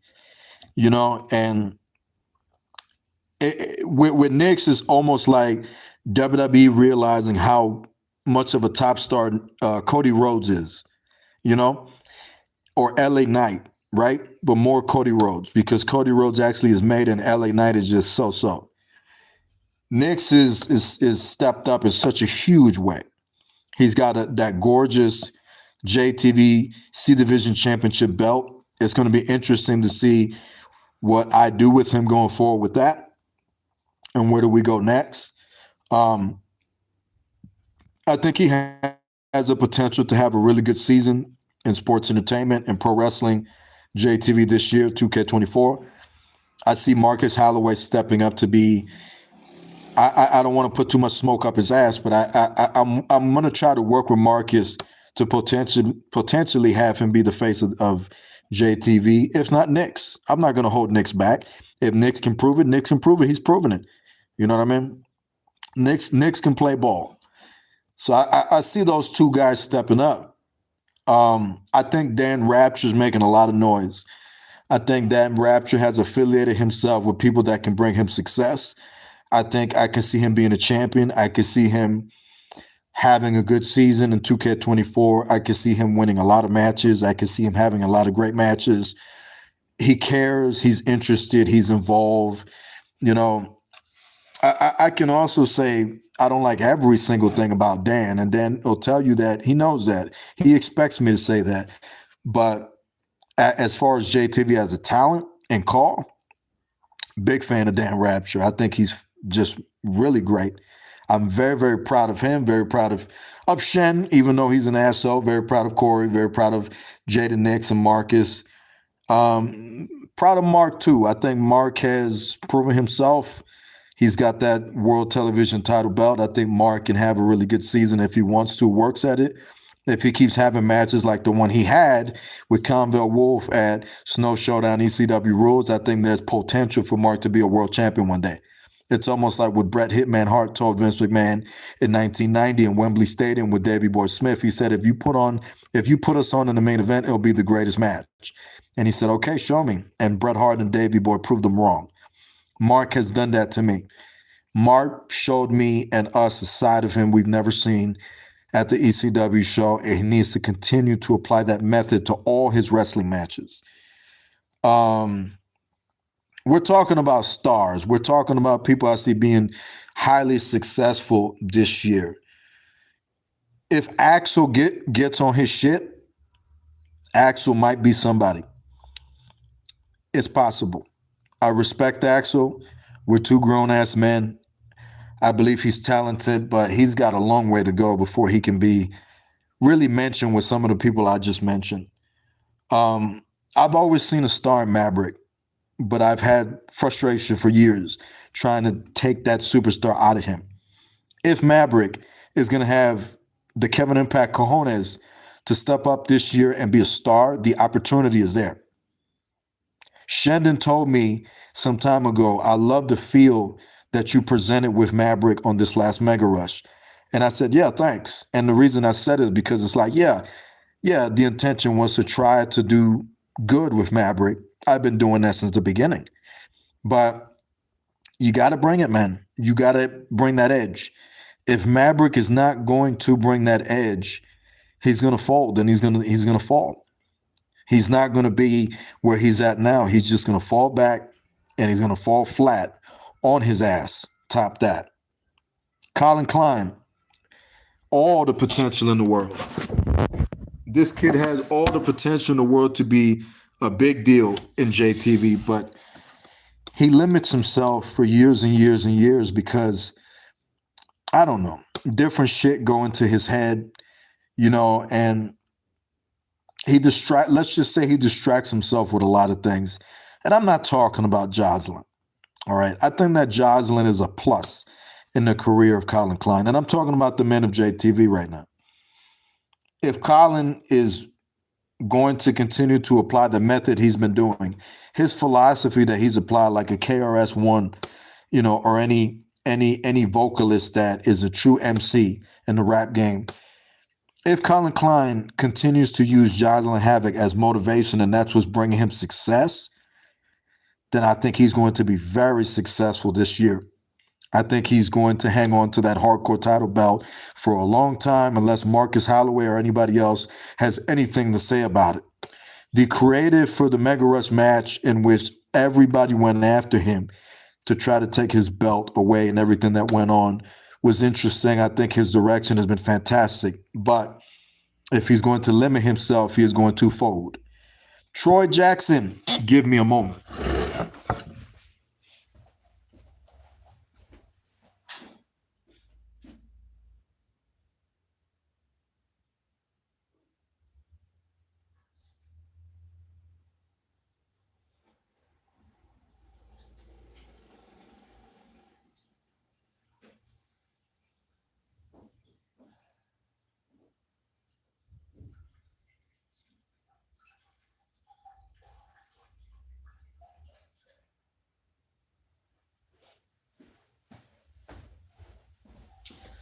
All right.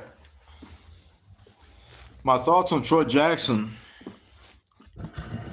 I talked to Marcus Holloway some time ago, and Marcus is somebody that feels how I feel about Troy. Maybe it's possible that Knicks might, and maybe Shandon and a couple other people might feel the same. Troy Jackson has a great look. Troy Jackson can be a great superstar, great talent. I think Troy Jackson's loyalty to Corey Flash has been fantastic. It's the type of shit I like to see. Troy Jackson has been more loyal to Corey Flash than a lot of people who have made stars in this promotion have been to me. That's a shot. That's a shoot. That's the truth. But Troy Jackson limits himself because Troy Jackson is not around enough, around the boys, around the product the way he should. Troy Jackson probably doesn't even know who Mark Bennon is. And, that's an issue. And it's not to just bash the guy. I've known Troy Jackson for many, many years. Troy Jackson started out young in his career in JTB. And I've done what I could to give him the opportunity to become a huge star. Troy Jackson's been in the ring with a lot of big names in JTB. All right. I could still remember, I think it was Christmas show, JTV. I don't know if it was 2016. Troy Jackson beat the shit out of Jay Rio. I don't know if you guys remember him. He embarrassed the shit out of him. All right. And he was pissed. I remember Jay Rio, after coming to me, being upset. He just buried him. And I thought it was great, And so he's been in the ring with a lot of people, learned from a lot of people. And Troy is great when he wants to be, but Troy is just, spamming and him go hand in hand. And it's not even so much the spamming, it's more like just the fact that he doesn't do anything with what's presented to him. You should do more with what's presented to you if you get an opportunity. If Jay Kidd, Kevin Impact, whatever, is booking you, giving you a chance, you knock that shit out of the park. You don't just go out there and do a match. You don't just go out there and play a match. You know what I mean? And for a few episodes of Next Gen years back, Troy was going to the ring just to win. Because he thought in his young mind that that's all you have to do in JTV, just win matches. Listen, winning matches is important, but it isn't everything, okay? People that are watching the show, just because you keep winning matches, are not going to really care. Shandon is proof of that. Shandon was having great matches and winning. Over time, people got tired of it and started to hate on it. Troy Jackson is somebody who was undefeated for a bit. And his matches started to fall apart because he was going to the ring just to win. Troy started doing something where he'd go to the ring and beat somebody in like 2 or 3 minutes. And I told him, what are you doing? He's like, what do you mean? I'm like, your matches aren't going to mean shit if you don't put the work and effort into them. You should be able to go out there, compete, have a hell of a show, go back to the locker room, win or lose. And he ever since applied that method to his matches. But the thing about it is that there isn't great stories that he tells when he goes at it. So in my opinion, Troy Jackson really falls into the Fight Club version of JTV. Troy doesn't fall into the professional wrestling side of JTV. He falls into the Fight Club version of JTV. Troy Jackson is more of a brawler fighter. He falls better into the category of being in the Fight Club, possibly going up against AJ Jenkins for the 5-star title, if you work at it, that is. But you got to build towards that. And he did have a fair opportunity to get the belt when he took on Gorilla Cruz at Showdown. So I'm going to be working with Troy to bring out a side of him that we need, the side of him we need to see this year. Not just this basic ass generic side of Troy Jackson that is kind of boring. Okay. If he succeeds at this, I think Troy can have a great season of 2K24. Moving on. AJ Jenkins. I think AJ Jenkins has done well for himself ever since he's come to JTV. He's obviously got the 5-star championship, yada, yada. You know, he's doing his thing in EFED and other promotions and whatnot, you know, and I think that's fantastic. That's great. AJ really needs to just appreciate what's given to him, opportunities that he get, and whatever's given to him, just knock it out of the park as best as you can. AJ has had X amount of main event matches. AJ has had X amount of championship matches. And now AJ needs to just focus on just having bangers and climbing his way up to the top of the industry. If you are not at the top, or you don't feel like you're at the top, don't whine about it. Don't cry about it. Don't panic. Stay focused. Keep proving yourself. Show me that you should be the main event. Prove to everyone else that you are the main event. Okay? Episode. You know, he was the total emotions and whatnot. And there were people that tried to tell him what to do and control him and walk all over him and manipulate him. And in JTV, I said, hey, in his young career, you must understand that AJ is going to run with that ball, but he's going to bust his fucking ass. He's going to slam into that ball face first, because it takes time. It takes time to develop to get there. Okay? And now with the transition, the update, if you will, of the One-Eyed King, now we're going somewhere. You know what I mean? I was skeptical of the One-Eyed King. And then I worked with him together closely, and the One-Eyed King has gotten over it nicely. Big fan of the One-Eyed King. The 5-star championship looks really good on him. He has a really good look, and he just needs to keep on doing his shit. Work hard. No complaining, no crying, no nothing. You work hard. You bust your ass. You prove yourself. You be the best in the world. That's it. If AJ applies himself right, like Troy Jackson should, and Corey Flash and a couple other people, AJ has the potential to make this his year. Mr. Amazing. There's some things I can't talk about because I have to be confidential about it. But me and Mr. Amazing been talking, and Mr. Amazing, Dan Sure, if you're wondering, he is definitely looking to get back.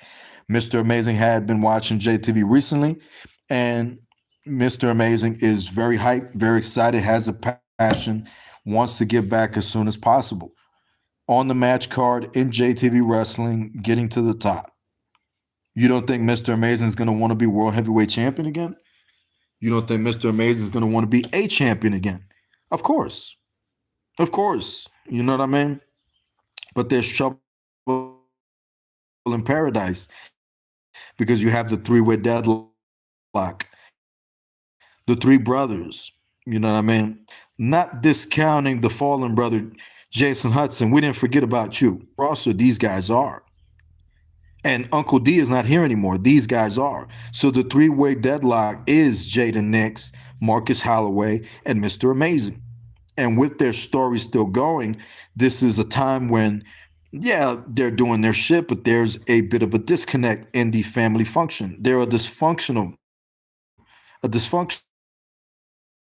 family. You know? Ever since they arrived on the scene in JTV 19, in my opinion, I think they've been very successful. You know what I mean?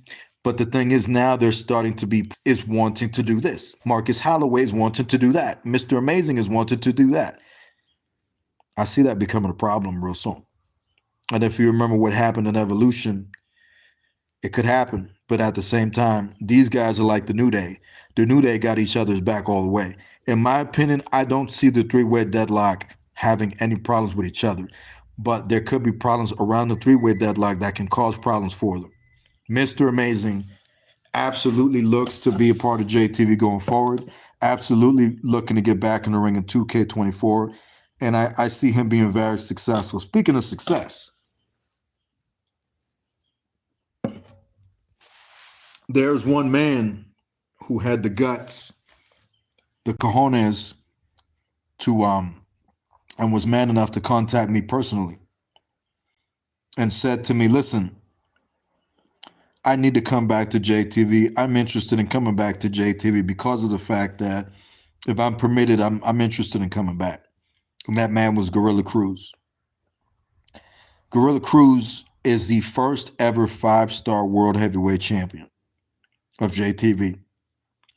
That's something that nobody can take away from him, and I'm not going to take away from him no matter what our relationship is. He is a man who's proven himself to me time and time again and earned my respect. Much more so when he left BKS, but much more so when he came back to JTV. Unfortunately, Gorilla Cruz being one of our brothers, this is a great man deep down who unfortunately fell victim to just the drama that is CAW. There will always be drama in CAW. It's up to you to micromanage it and handle it and get rid of it. And unfortunately, one of our brothers, Gorilla Cruz, fell to it. You know, he got hurt. He had to step away. He had to see things for what it really was. And when he gave himself enough opportunity, he looked at both sides and he realized which side was wrong and which side was right. And he came back to JTV. He came back home. With Gorilla Cruz being back, the sky's the limit. There's so much potential for what can happen now. There's so many dream matches that can happen with this man. And forget about me. Focus on just the idea of all these dream matches. This man deserves to be successful. He deserves to be able to be a Hall of Famer in JTV. He deserves to be able to take on your Mark Bennons and Marcus Holloway and Shendon and Corey Flash and Colin Klein, you name him. He deserves that because he is a wonderful talent. And some might go as far as to call Gorilla Cruz a legend because he's paid his dues in CAW.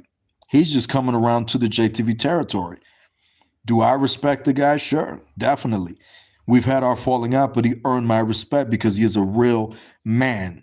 And that's the type of people I want in JTV. Good people, talented people, real people. All right. And he's proven that. And he deserves his respect for that. Okay. So I can see Gorilla Cruz being very successful. I think Gorilla Cruz needs to get back at Johnny Francis. He owes him. And I wouldn't want to be Russ Walker, I'll tell you that. But Gorilla Cruz, it's so many dream matches for Gorilla Cruz back in JTV. Look at the comment section. Jaden Nix versus Gorilla Cruz, AJ versus Gorilla Cruz. You know, we need to have these matches. Shendon versus Gorilla Cruz. There's so many dream matches that you could think of, I could think of, you know, so many names that we could tag to him of matches that I would love to see. I would love to see Tommy Hawkins versus Gorilla Cruz. I would love to see potentially VIP. I would love to see another Cerberus. We had Cerberus versus Gorilla Cruz. We need another rematch. You know, there's so many dream matches. And I just think that the guy, God bless him, and I have so much respect for him. I wish him nothing but good health because his health just goes back and forth like a basketball. It bounces. So I really hope that everything is going to be good with that guy and that he can go on to be a great champion in JTV once again. I see that. The brothers in arms, man.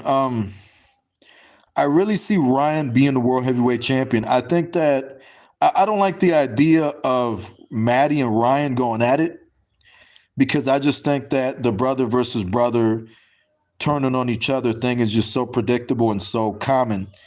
And I like the idea of brothers that stick together through the tough times. So I want to think in my mind, I want to believe like this. This is how I want to think. I want to think that if Ryan is going to go solo one day and be a top star world heavyweight champion, hopefully him and Maddie will still have a good relationship. And let's not forget about his wife, and let's not forget about the other members of the Seal family. I like Mark Seal a lot. I think he can be a great singles champion, but he has to apply himself a lot better than he has. Ryan is OP. Ryan has the potential to be huge star. Huge. He's proven that in JTV 19. He's proven that in his league, you know, and he's proven it in JTV period. So I would love to see Ryan get his fair opportunity. But at this point in time, they are the tag team champions of the world, and the focus for the Brothers in Arms needs to be the three-way deadlock at Chemical Warfare. We need to find out what is going to happen and who will come out on top when the dust settles. I'm fucking excited. I'm very, very excited to see that tag team match. And going to 2K24 makes it all better because supposedly our online should be much better. So I'm excited about it. At Ultimate Showdown, we had a dream match that was ruined by one person. You know what I mean? The potential to be one of the biggest, most iconic tag team matches of all time. We are doing it again. Okay, ladies and gentlemen, we have the potential to have one of the biggest, most iconic tag team matches of all time. The two-way deadlock versus the Brothers in Arms. It can happen at Chemical Warfare. It is planned. I'm looking forward to it. I think it's going to be fantastic. I could see Ryan being a star. If Maddie's going to be a star, he's got to step up big time. Huge, huge, huge. Who else do we got?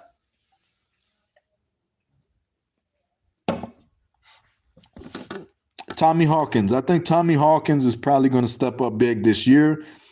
I see him being a huge accolade to JTV and accomplishing accolades for his career, respectively. And I like to believe that he can be world heavyweight champion one day, but you got a ways to go and you got a lot to prove. You know, dream match. I want to see him and Shendon tie up. Tommy Hawkins and Shendon tying up, I think, would be epic. Cerberus. Now you got a star. Cerberus. Here's a guy who, ever since he walked in the door, has been dominating. I mean, he has been kicking so much ass. He's been kicking so much ass that I feel like Cerberus is his own entire era. Cerberus is an entire era in JTB of himself. That's how well he's been doing, how much ass he's been kicking. He seems almost like a Terminator that's hell-bent and focused on going after BKS. That has been his method, his philosophy, his plan. He's talked about it. He's proven it. Time after time, he's tried to knock down members of BKS. He's even encouraged some members of BKS to leave JTV. That's how successful Cerberus has been. He's been eliminating people from BKS. And he's been effective against people in the pro wrestling circuit JTV roster, because his match with Tommy Hawkins in that Next Gen main event, banger. I see Cerberus this year continuing to be successful, and I'm very interested to see if anyone is willing to step up to try to take the belt from him and to see where else do we go. Because I really feel, and I'm going to get you guys hyped because it's the truth, I really see this all building towards Cerberus versus Shendon. And when that match happens, that shit is going to be insane. While I would love to crawl in the ring with Shendon, and I'm sure it'd be a great match, I think that if Shendon and Cerberus went at it at the next showdown, whether he was world champion or not, damn it, man, that's a huge match. That is a huge match. Okay? And somewhere around there, I want to leave it. Somewhere around there, I want to leave it because the guys from Next Gen are still working up, still proving themselves. There's people with potential. But I can't not mention Johnny Francis. Johnny Francis, that victory over Gorilla Cruz, that shit was crazy. That shit was crazy. It could have gone either way. But I feel like the victory against Gorilla Cruz solidified the career of Johnny Francis. And he's starting to turn it around. And it seems like an alliance has kind of formed between Russ Walker and Francis. So we have to further expand and explore that. Because I think that there's potential there for him to be huge this year. Huge. And I'm going to work with him too. Another person, and Marcus Holloway is a fan of this guy, and so am I, Dean Apex. Dean Apex looks nice. That motherfucker looks nice. Great look, great skill in the ring, great entrance music. He's got something to him, man. And I think that he's going to have a good season this year in the PWC. And I'm looking forward to see how much he grows. But I can't forget another guy. Barty. Barty is absolutely everything that I'm looking for in an up-and-coming star. He's undefeated. He has a great theme song, great look, great vibe. Like, man, he stands out like a motherfucker. He's like a new character on a new Tekken game. Love this guy. The tag team match that he had at ECW with Marcus Holloway, that was one of the most extreme matches in the history of Call. These boys were slamming people back of the head first into tables and all kinds of shit. They was violent. They was gruesome. They was aggressive. It was like Bruiser Brody meets 2024. They had it. Barty has proven that he can play. Barty has proven that he is a guy. And we need to continue to focus on him, and we need to continue to help him grow into a huge star. I'm very proud of him and looking forward to him being successful going forward this year.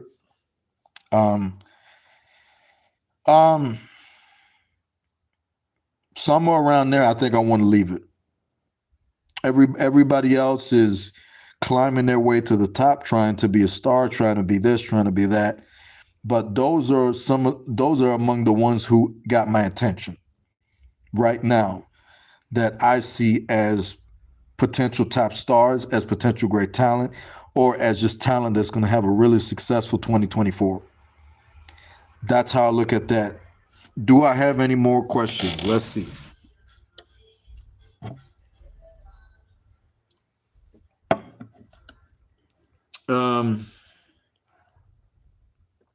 Do you see Jackson Crash becoming new submission champion? I mean, shit. The submission championship pretty much belonged to an AI, so Jackson Crash has proven to be a great star, good character. I think I'm more leaning towards the idea of him and Superbum getting the tag team championships back, but not if anybody else has anything to say about it, because you got the Iron Misfits and the Brothers in Arms and the Seal family, and you got the LOA, and you got the Three-Way Deadlock. Several different tag teams. You got BKS also. Several different tag teams who might not be interested in Jackson Crash and Superbum becoming the tag team champions again. It is in 2017. It's a whole new era. It's a whole new time. Jackson Crash is going to have to try to find his way and find his place in the modern JTV. I think I said the same thing to Lowrider. Depending on whatever role he's going to play going forward, the doors are open. The opportunity is there. You know what I mean? I'm not here to hold anybody back. I'm here to listen. I'm here to give opportunities. That's my job. My job is not to be like, oh, I don't like him, so I'm not going to push him. That's not how this works. So what else we got? It's the submission championship retired. I feel like I'm being put on the spot here. I'm not the biggest fan in the world of Skinner and Keith Ocean's actions and their exit outside of Call Wrestling and JTV. I think that it was just really irresponsible, childish, and just weird. And before even I think those other things, I think it was just more weird than anything. I don't know why it was done the way it was done. I don't know why it happened. I don't know what the thought process was. I don't know why I wasn't contacted ahead of time. I don't know. I wouldn't allow anybody, certainly not them, to categorize me as anything when I wasn't approached. I thought Ocean was a really fantastic submission champion. There were definitely plans. Same with Skinner and Cash in the Case. There were plans there. And, there was a walkout. And my thing, again, is not to panic. My thing is, okay, if the submission championship is on the table and the Cash in the Case is on the table, then that just means there's opportunity for somebody else to get it. At this point in time, I don't know that I can confirm nor deny that the submission championship is retired or going to stay retired. There's potential for it to come back. I like the idea of a submission division. And just because one person has got better things to do than to be a part of what we're part of, doesn't mean that it should be ruined for everybody else. Same goes for the other cash in the case holder. It's just not fair to the JTV roster. So I'm not going to do that. So I'm definitely going to be addressing the cash in the case on the next Mega Rush, the submission championship. Hey, there's potential for anything to happen in 2K24, okay? Wink, wink. What else do we got here?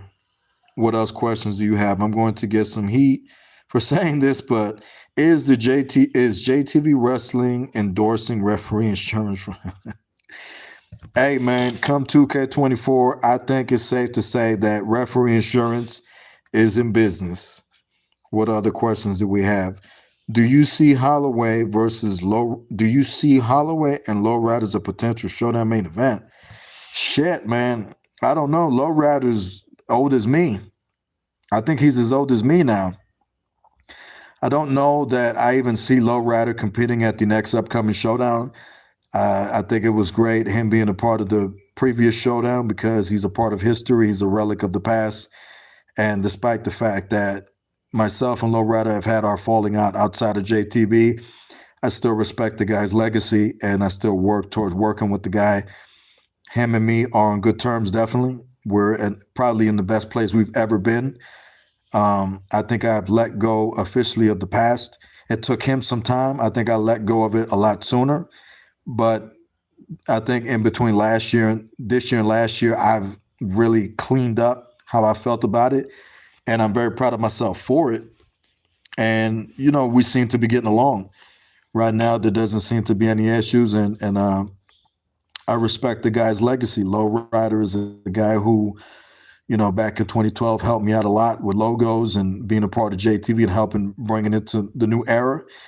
And I respect everything he's done for the product, despite the fact, once again, that me and Lowrider have had personal issues. He's never done to me anything physically.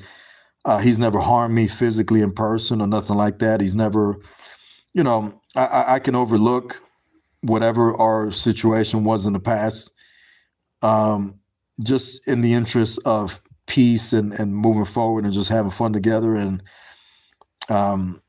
I think Lowrider and a lot of other people who've been a part of JTV deserve to enjoy their success and enjoy their legacy in JTV. Unfortunately, not everybody not everybody is in that position anymore to enjoy their legacy in JTV. But obviously, we're going to recognize anybody that's done their part for the promotion.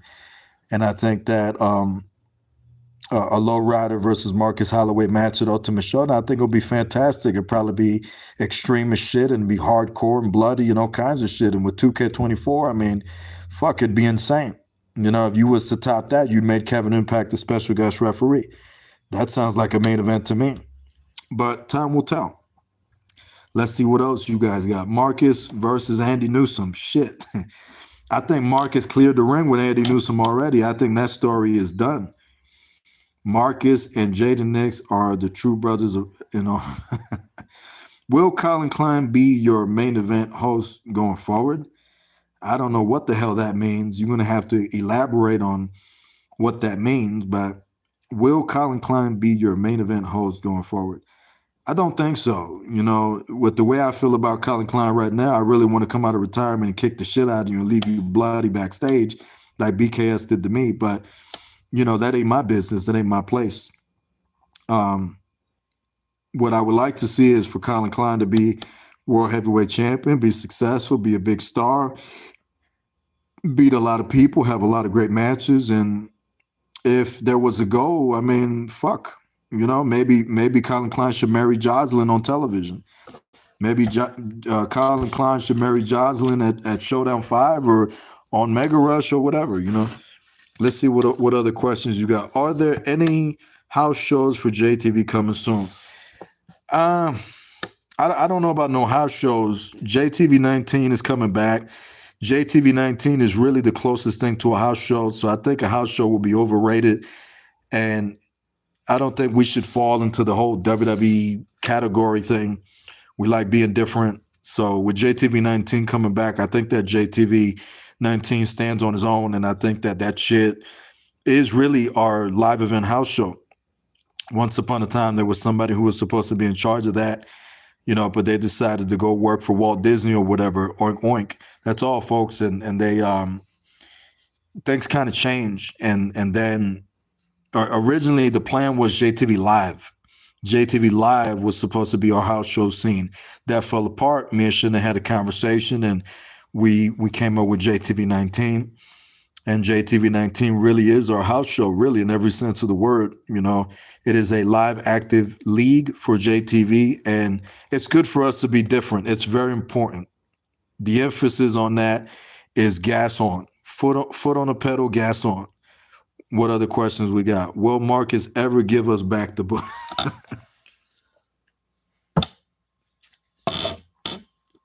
I think that going forward, starting this mega rush, we're going to see a really outlandish, wild west side of Marcus Holloway. I think that this has been building for many, many years, going back to when Marcus had first got involved with that cult with Ray Everett and shit back in the day, and went into the Skull Brotherhood and everything that went on with that thing.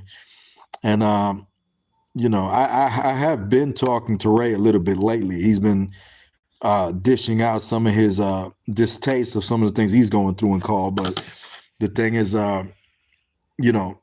he was really a psychomaniac, and spokesman for the Skull Brotherhood. The Skull Brotherhood was just an absolute error.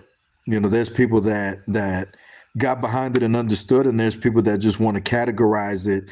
There were people that went as far as to call the Skull Brotherhood, a faction, and it was never a faction. That was a cult. That thing was a corporation. That thing was, as dark as it gets.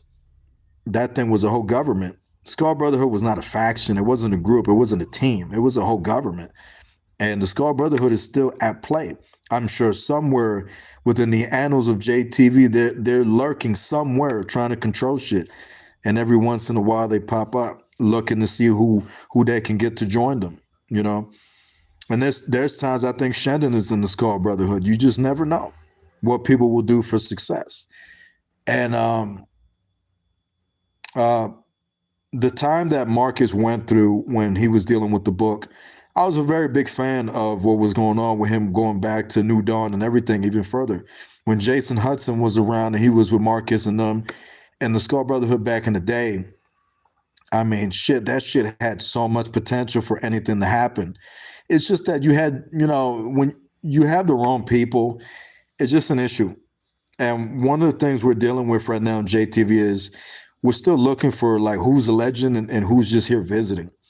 There's people in JTV that are only visiting, and then there's people that are here to truly be legends that really care about the product. And Marcus is one of those guys, and the storyline that he went through, the whole charade, I mean, Marcus has been through so much. You got to understand. I mean, the shit he went through with Ray, fighting for the book and everything, go back in time. I'm looking to focus on that story going into the next Mega Rush. I'm looking to talk about it and reflect back on everything that's happened, because I feel like Marcus is just losing his mind day by day. The shit that done went on Next Gen, I mean, shit. Marcus is like a pot of soup, and they're just throwing everything in there. Marcus is a pot of soup. They're throwing New Jack in there. They're throwing Bruiser Brody in there. They're throwing Sandman and Terry Funk and Tommy Dreamer and Raven. Marcus really remind me in Conscience of Raven a lot. I don't know if y'all remember him or know him. Quote the Raven nevermore. Wonderful superstar in the past. There's so many people, including Bray Wyatt, that are inside of this soup that is Marcus Holloway. And in a way, when you think about it, it's really like they're demons. They're demons inside of the mind of Marcus Holloway that channel him and control him and take him places. But what's different about Marcus is that Marcus is his own character. Marcus is not copying nobody else. He's different. You know what I mean?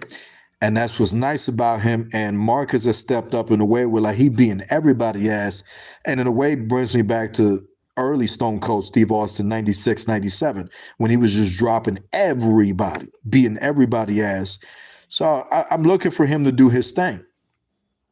And that book solidifies so many things that had went on. It tells the story of what went on. And by the time Marcus had gotten to the end of it, he was so close to really doing things the way he wanted. And he was able to vanquish Ray to the Shadow Realm.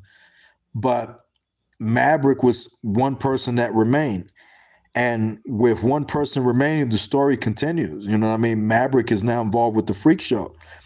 There's no telling what can happen. Me personally, I don't think the book should come back because I don't know what would happen if the book did come back. If the book came back, can you imagine Marcus would he would probably be able to channel any era of his career, you know, and I'm sure he does not want to go back to Next Gen with Troy Jackson. So I don't know that the book should come back or will come back. I think it should remain destroyed. But ever since the book has been destroyed, I just noticed that Marcus has been getting darker and darker and darker. So I don't know.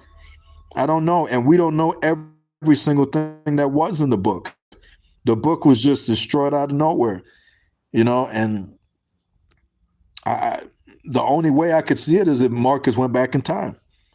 If Marcus somehow was able to go back in time, there's no telling what could come out of the multiverse. There's just no telling. You know what I'm saying?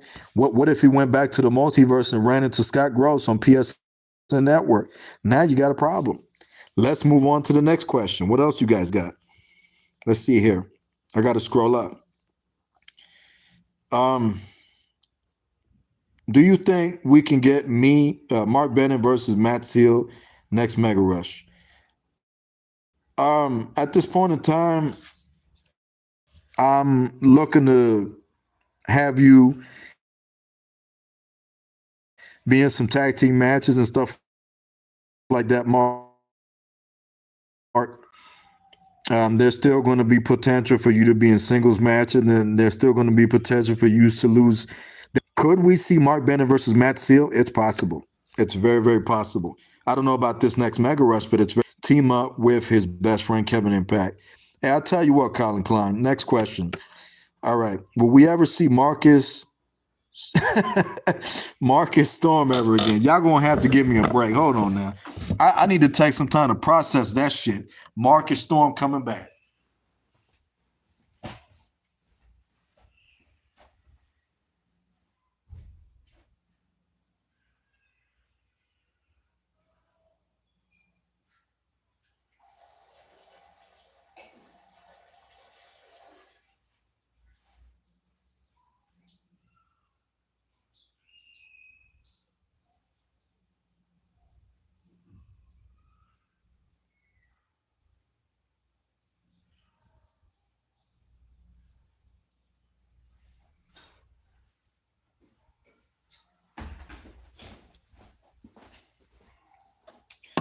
All right.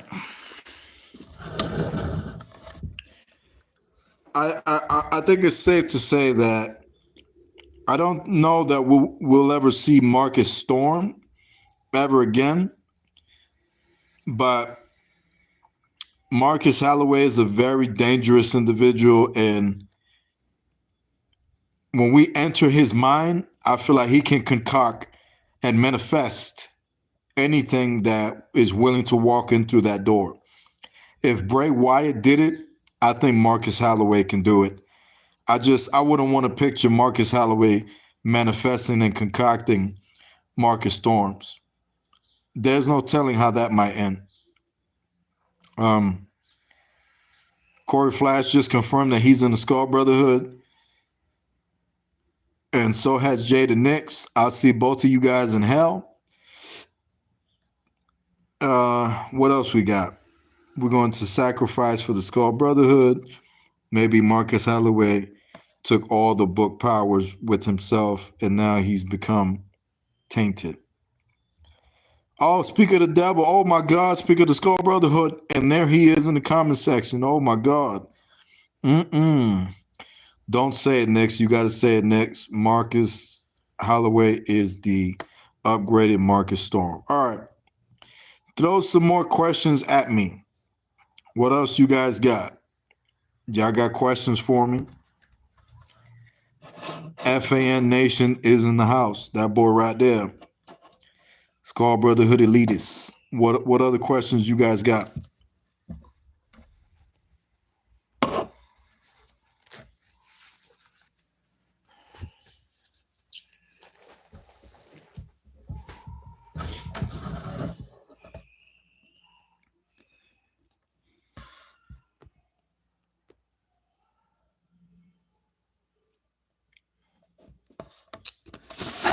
All right, what other questions we got?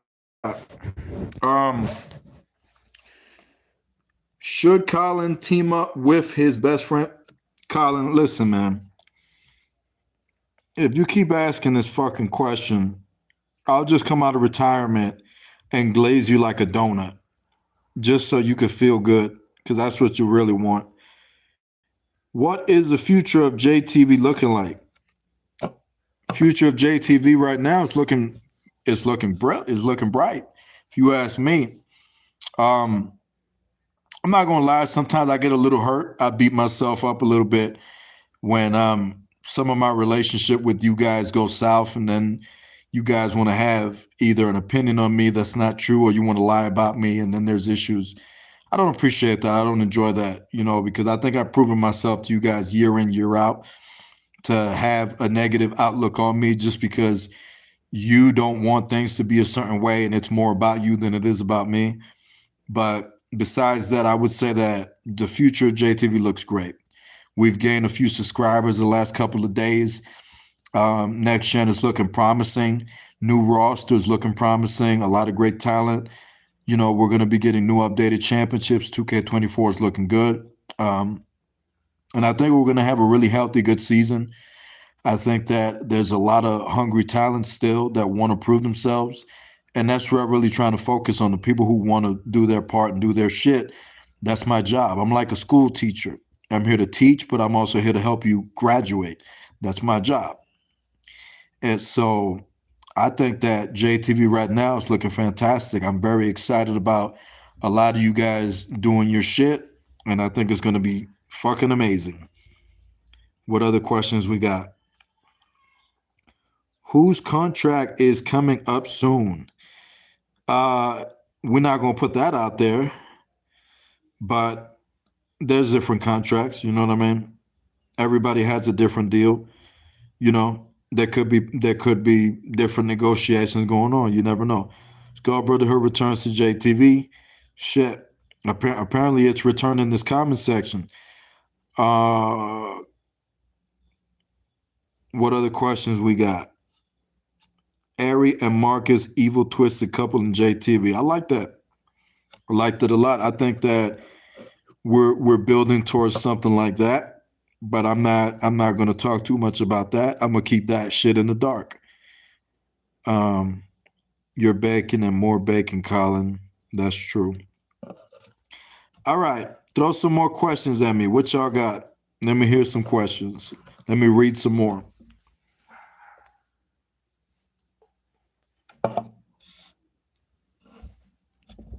This has been really, really good. We're going on the third hour already of this live stream Q&A, and I've been having a lot of fun with y'all. Y'all been making me remember a lot of shit, and it's been fun.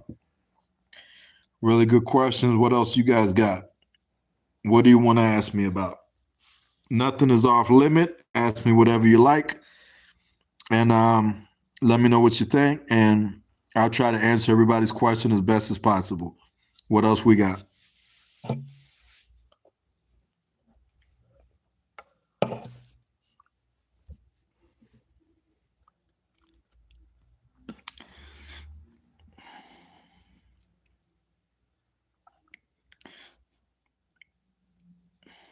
Could JTV see an intergender match between Amanda and Shen? Shit, I really don't know. It sounds interesting, but Shendon might hit me with I don't know if that doesn't work for me, brother. I don't know that Shendon would be interested in fighting his sister, but with the way things have been going, I wouldn't rule out that Amanda has interest in putting her hands on him. Obviously, there's been a lot of drama in the family recently. With Toyo Tamahami coming to JTV Pro Wrestling and, um, you know, posing this almost threat to Amanda. I think it's exciting that the idea of Toyo Tamahami going up against Amanda, I think we need to see some resolve to that situation. But Shendon just really loves being on his high horse. Shendon loves being the world heavyweight champion. He loves sitting on his throne. And Shendon, unfortunately, is now in an era in JTV where he can't really do that no more because now people have stepped up and they're trying to shut him down. And I love that because that makes it interesting. I respect Shendon, everything he's done. I don't mind seeing Shendon on top, being successful, being the world heavyweight champion, being at the top. But, everybody else got to eat. And I think that people, it's almost like Fidel Castro in Cuba, when my dad was there in his old stomping grounds, proving himself before he was on Scarface. He had him and all Cubans in that society had to deal with so much. My grandmother was a woman of color, God rest her soul. She had to deal with racism in Cuba and so much stuff that went on. And I think that JTV's kind of going through the metamorphosis, sorry, Marcus, of what happened in Cuba with Che Guevara, and some of these other legends that stepped up to Fidel. Fidel was a ruler for the longest time. His bitch ass brother was with him involved, and his family's still in control. They got a grip on Cuba and whatnot, but for the longest time, Fidel Castro ruled over Cuba, and people weren't taken care of, and they weren't fed, and all this other stuff. And can you picture yourself being given a few tokens, and it's like you got to stretch that into next month? I mean, I think all of us are living like that now, but goddamn, it's just 2 times worse in Cuba back in the day. And I think that I think that Fidel is a prime example of Shendon's approach to the current product in JTV. I think that people are hungry and they just want the brass ring. A lot of you guys want to step up and you want to take away, what Shendon has, and that's what it's all about. Shendon has the main prize in pro wrestling, and that's what everybody wants. Everybody wants that JTV World Heavyweight Championship. That's what you should be aiming at. And I think that, believe it or not, I really do feel like Amanda holds the key to Shendon's downfall. I don't know why. I just get that vibe. Like, if anyone can really bring Shendon down, it has to be Amanda. Like, I have potential in all the roster, but a family member of Shendon, we're not talking about, Casper and Bubba Sokolov and all this other stuff. We're talking about Amanda. This is his flesh and blood. And right now, there's bad blood between that flesh and blood. And would I love to see a match between Shendon and Amanda? Absolutely. I would love to see between both of them. And I probably prefer if it was in the Rage in the Cage, So, yeah. I absolutely see that being a potential match in the future. Do you see Corey joining Iron Man? Corey pisses me off sometimes.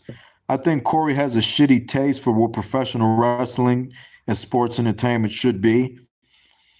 And I don't really know what Corey has in his head. I think that I don't know how Corey would do in the Iron Misfits, but when you look at the fact that Corey's coming out with a vest like Diamond Dallas Page or Stone Cold Steve Austin or that other idiot from AEW that is sensitive with a twinkle eye, I really don't know. Would Corey do well in the Iron Misfits? I don't know. I think it's possible that Corey's proven in the past that he can be a part of a faction and be successful. He's proven that with the Renegade Posse. He's proven that with Team Flash. He's proven that with a faction that a lot of you guys don't know about, going back to 2K14, the Wolf Pack, with me, VIP, and X-Pac, or should I say Six-Pac, Scott Hall, Kevin Nash, the Wolf Pack, the later Wolf Pack.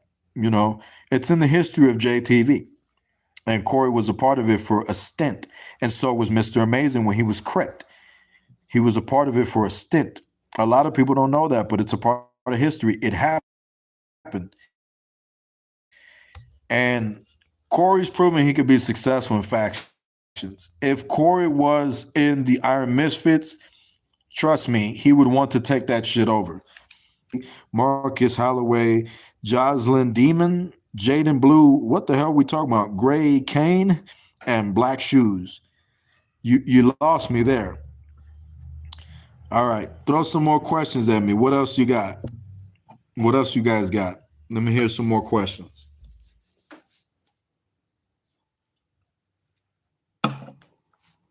Listen, if I can go 3 hours just talking like this, God bless you if your name is on a Kevin Impact statement. All right.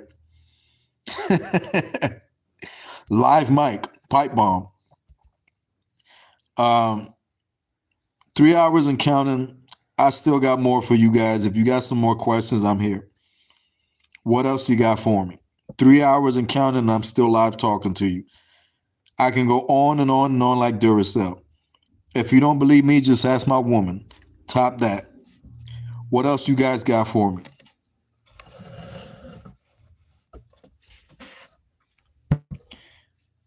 I'm hoping this year that I can get. I already have a JTV T-shirt now, but I'm hoping this year that I can get a JTV World Heavyweight Championship if possible.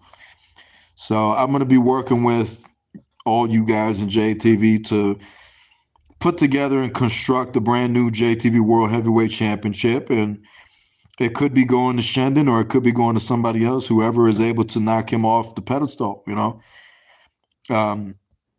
When the brand new C Division Championship belt was constructed, all respects to you, Ray, that you are watching. I was a big fan of the 2K20 C Division Championship belt that Ray put together. I thought it was a really gorgeous piece. Big fan of it. And I had other people that were talking to me and did not want that championship to remain, and that's understandable. But I was a big C Division title.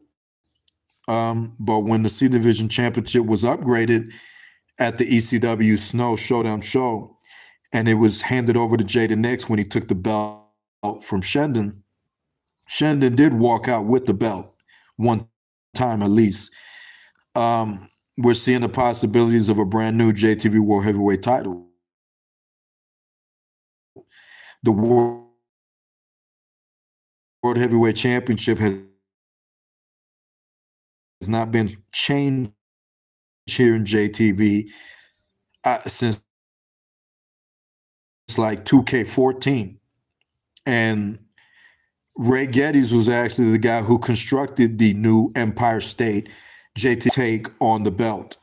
As time went on, the Wrestling Federation Championship title, look, JTV management, because it's being changed to championship this year, boring, lame-ass WWE logo title. So,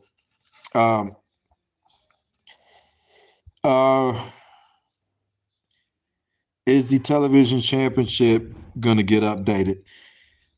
I think the television championship has a good look right now. There's possibilities of it getting refurbished, but I don't necessarily think it needs to be changed. To answer your question, Ray, I don't necessarily think that we have at this point in time, we don't have the type of relationship that would equate to you and I getting together to come up with any video or anything like that. I think if that's going to happen, it's probably going to take some time. Obviously, my inbox is open. I don't hate you or anything like that. You know, it's just that relationship has been, it's a bridge that needs to be built there with that, if I have to answer your question. Anybody else got any other questions?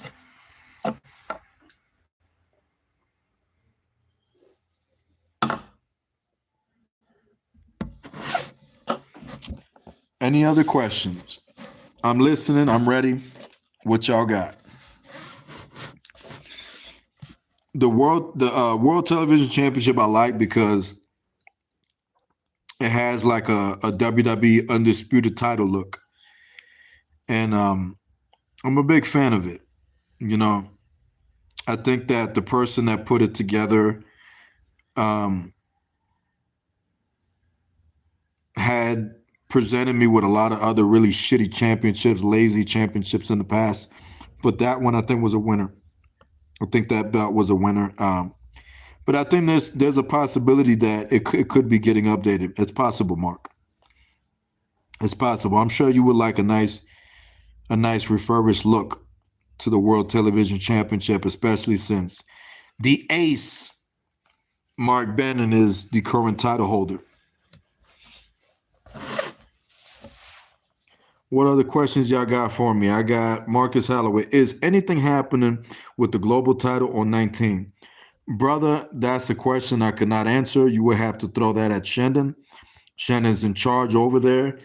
I'm doing everything in my power to stay away from the product, to not put my anything into it, because I don't want to be controlling like that.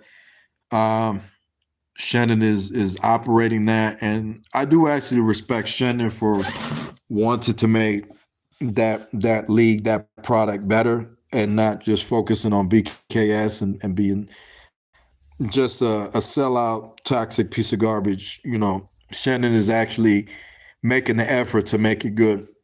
Is anything happen with the global title on 19? To answer that question, from my understanding, the 19 championship title is supposed to be getting an update.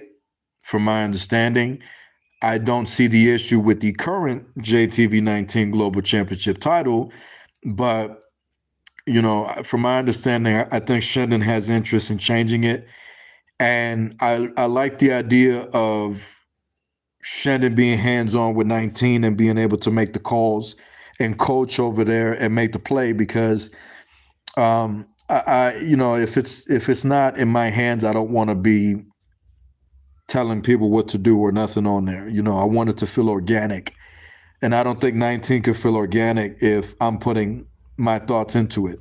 I will help with whatever's needed, but you know, I'll take matches, whatever, but I'm not trying to put too much of my 2 cents into that product. So that one is a question swung back around at Shandon. I don't know if he's watching or listening anymore, but that's for him, because I can't necessarily give stand. And what I understand is that the 19 global title is getting a makeover. I can confirm that. I can put that out there. That's where we stand with that. We're getting a new arena for JTV 19, and Shandon's focus on that product is to book talent fresh from what I'm doing with Next Gen and Mega Rush. That is my understanding on that.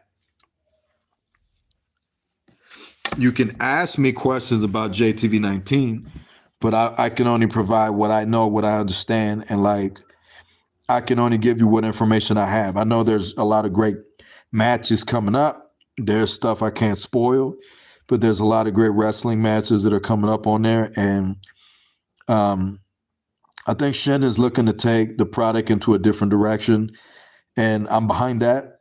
I don't think the product needs to change too much. I think that the promo match concept is fine. I don't think that is broken, and if something is broken, there's no need to fix it. 19 is its own thing. It's different, and that's what it's supposed to be. It's supposed to be different.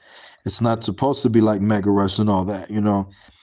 When I watch JTV 19 as a fan, I'm not expecting to see like Red Shoes shaking his ass or whatever. I'm expecting to see a tournament, a wrestling match, a championship title match, a great hold, you know, great promo. Like it's like Ring of Honor, if anything. That's my understanding of JTV 19. And I try not to really be in a control freak place about it, but I also am on Shandon about, look, make sure that the product is based around professional wrestling and stuff like that. Championships, tournaments, whatnot, but not tongue-in-cheek, which would be what you would see on Mega Rush. On Mega Rush, you're liable to watch the show and see a fat ass, you know what I mean, just twerking out of nowhere. And then next thing you know, Kevin Impact is bleeding backstage because he got assaulted by like Mark Bennon or whatever. Like that's the type of shit you expect to see. And then there's a promo and there's a segment and maybe Mr. Amazing, I don't know, something's happening to him. But on Next Gen or on 19, I should say, it's not the same thing. It should absolutely be more focused on professional wrestling. It shouldn't be like Casper twisting again, like he did last summer. If I make myself clear. So, any more questions for me? Hit me with some more questions. What else you guys got? What do you want to know? What do you want me to talk about? Like, what do you got? I'm here for a bit. I'm still here talking. You know, I can go some more if you guys got any more questions.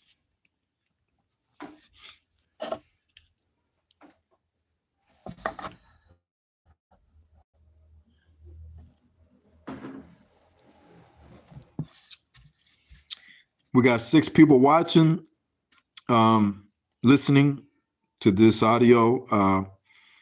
If you have any questions that pop into your head, I'm here. While somebody's trying to figure out what to ask, I want to just continue to say thank you. I also want to put it out there that I cherish these moments. I think that we need to continue to do that. You know, in this industry that we are in, it should never be about personal drama. It should never be about anything personal because it's a video game world, you know, and I think that when personal things come into play, when it comes into this field that we're in, I think that people should really take time to understand a situation if it's real life and should respect it. I think that people should be respectful and mature enough to understand the difference between a promo, a storyline, a show, and understanding when someone is affecting somebody else's life personally. I think that it should be respected. It should be honored. I've done everything that I could in my power since I've come into this field to honor and respect anybody's situation for whatever they've been through, losing a family member or something personal drama and call, whatever. I've had a lot of drama in my time and my run in CAW because I suck at lying and I suck at just being fake. And I follow the truth a lot of the time. If somebody's full of shit, I try my best to just hide it and just play along, but I suck at it. And I wind up speaking my mind and I wind up exposing it and calling it out, you know, and that's followed me for the longest time. I've given friendships to a lot of people here in the past who have not deserved it, who were just low lives, such and such, so on and so forth. And I've put my focus on appreciating what I've accomplished, what we've done, and it just means a lot to me. It's a good feeling to be live on JTV. It feels good to be live on the channel now and to be talking to you guys and to be pouring just my soul and my passion into you. That's what this channel is about. That's what this pro wrestling circuit has always been about. Just sharing that passion. This was never about any Kevin Impact statements or anything like that. This was always about just the art of wrestling, just to be able to have your character on here, to be able to do our thing. We've told so much history for the longest time, and I continue to be proud of it. Whether we've had issues in the past or not, I'm just happy because, like, I'm just proud of my part in CAW, and I'm proud of to have been involved with a lot of really talented people in CAW, no matter what the situation is. There is no excuse in CAW for people who are trying to hurt people physically, mentally, emotionally, whatever the case is. But in CAW, it's going to be that way. And it's not just CAW, it's in real life. That's how it's going to be. You're going to have friends that are not really your friends. They're just going to be there leeching off of you for a little bit. And when the time comes, they will reveal themselves to you. It happens. Unfortunately, I, just like all of you, have been a victim of this. It's happened time and time again. And throughout the years, I've learned to just focus on the really great things that we do. And the only reason I've still continued to be involved in JTV and do this shit is because just the passion, just the love for it, just the interest in storylines, and to be able to work with so many talented people. It kind of makes me nervous in a way, and it gives me goosebumps at the same time. And I say it gets me nervous because, like, I tell, Dark Kitten and a bunch of people a lot of the time, like, right before we go live, I get nervous. Like, why you get nervous? It's just this weird thing that happens to me now that right before we go live, I get nervous because I want everything to be good, And, these moments are not forever. These moments are not forever. I got into this for all of us to love each other, to enjoy our time doing this, and to make history. Because, 25 years go by, somebody can, if we're all still around and YouTube's around and we're around, you can go back and you can reflect. Man, JTV, I remember that shit. Yeah, I remember. That's my mindset. That's my motto. Not, oh, because Kevin Impact said this and this happened. That's not what I want. I've had to swallow a lot of my pride and a lot of my opinion for a lot of people who really deserve for me to tear their ass apart like turkey Thanksgiving dinner. Okay, you motherfuckers know who you are. Don't tempt me. You know what I mean? But everybody knows that that's the easy thing for me to do. I'm the pipe bomb guy. It's easy for me to go on here and tear anybody apart. But to be able to make change, to be able to bring a different side, and to be able to convince you guys that I love you and that we're making history and this is special, it hits different, much more different than that. That's what it always should have been ever since I came into JTV. And I loved a lot of people ever since we've been on here. I really did. And I've been hurt by a lot of people that I did love. And I am still grateful to be meeting people. And there's weirdos on here, and then there's people who I respect on here who are great. You know what I mean? I had my falling out with Gorilla Cruz. It wasn't nothing epic. It wasn't nothing serious or nothing like that. You know what I mean? But Cruz took some time to analyze what was going on and realize who was in the wrong, who was in the right, and made his way back. And I do respect him, and it's not just me saying I respect him because he came back to my promotion. It's me analyzing that this dude took time to analyze what happened, process it, and go, okay, so J-Kid spoke his mind. He did this, he did that. And my understanding is I need to get my shit together and I'm good. You know what I mean? And Cruz also realized that when you look at what we're doing, we're just having fucking fun on here. You know what I mean? That's what we're on here, is to have fun. We're not necessarily on here to knock anybody because everybody's karma is coming. We're on here making history. This is about pro wrestling. It's about our passion. It's about what we want to do. We are fucking gamers. You know what I mean? I'm a gamer. I'm a passionate gamer, and I choose to focus my life on the things that make me happy. I'm sorry if somebody wants me to fucking be evil and focus on negative things, but it's just boring to me. It just doesn't interest me. A Kevin Impact statement, I could do that shit in my sleep. I could drop a Kevin Impact statement that's 12 hours long and tear anybody apart and just eradicate everything in my path, and motherfuckers know that shit. You know what I mean?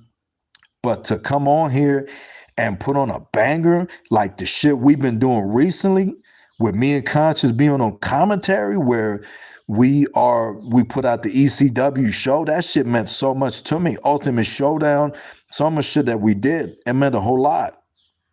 And it makes me feel special. I almost feel butterflies in my stomach. That is what we've always been about. And that's what we will continue to be about.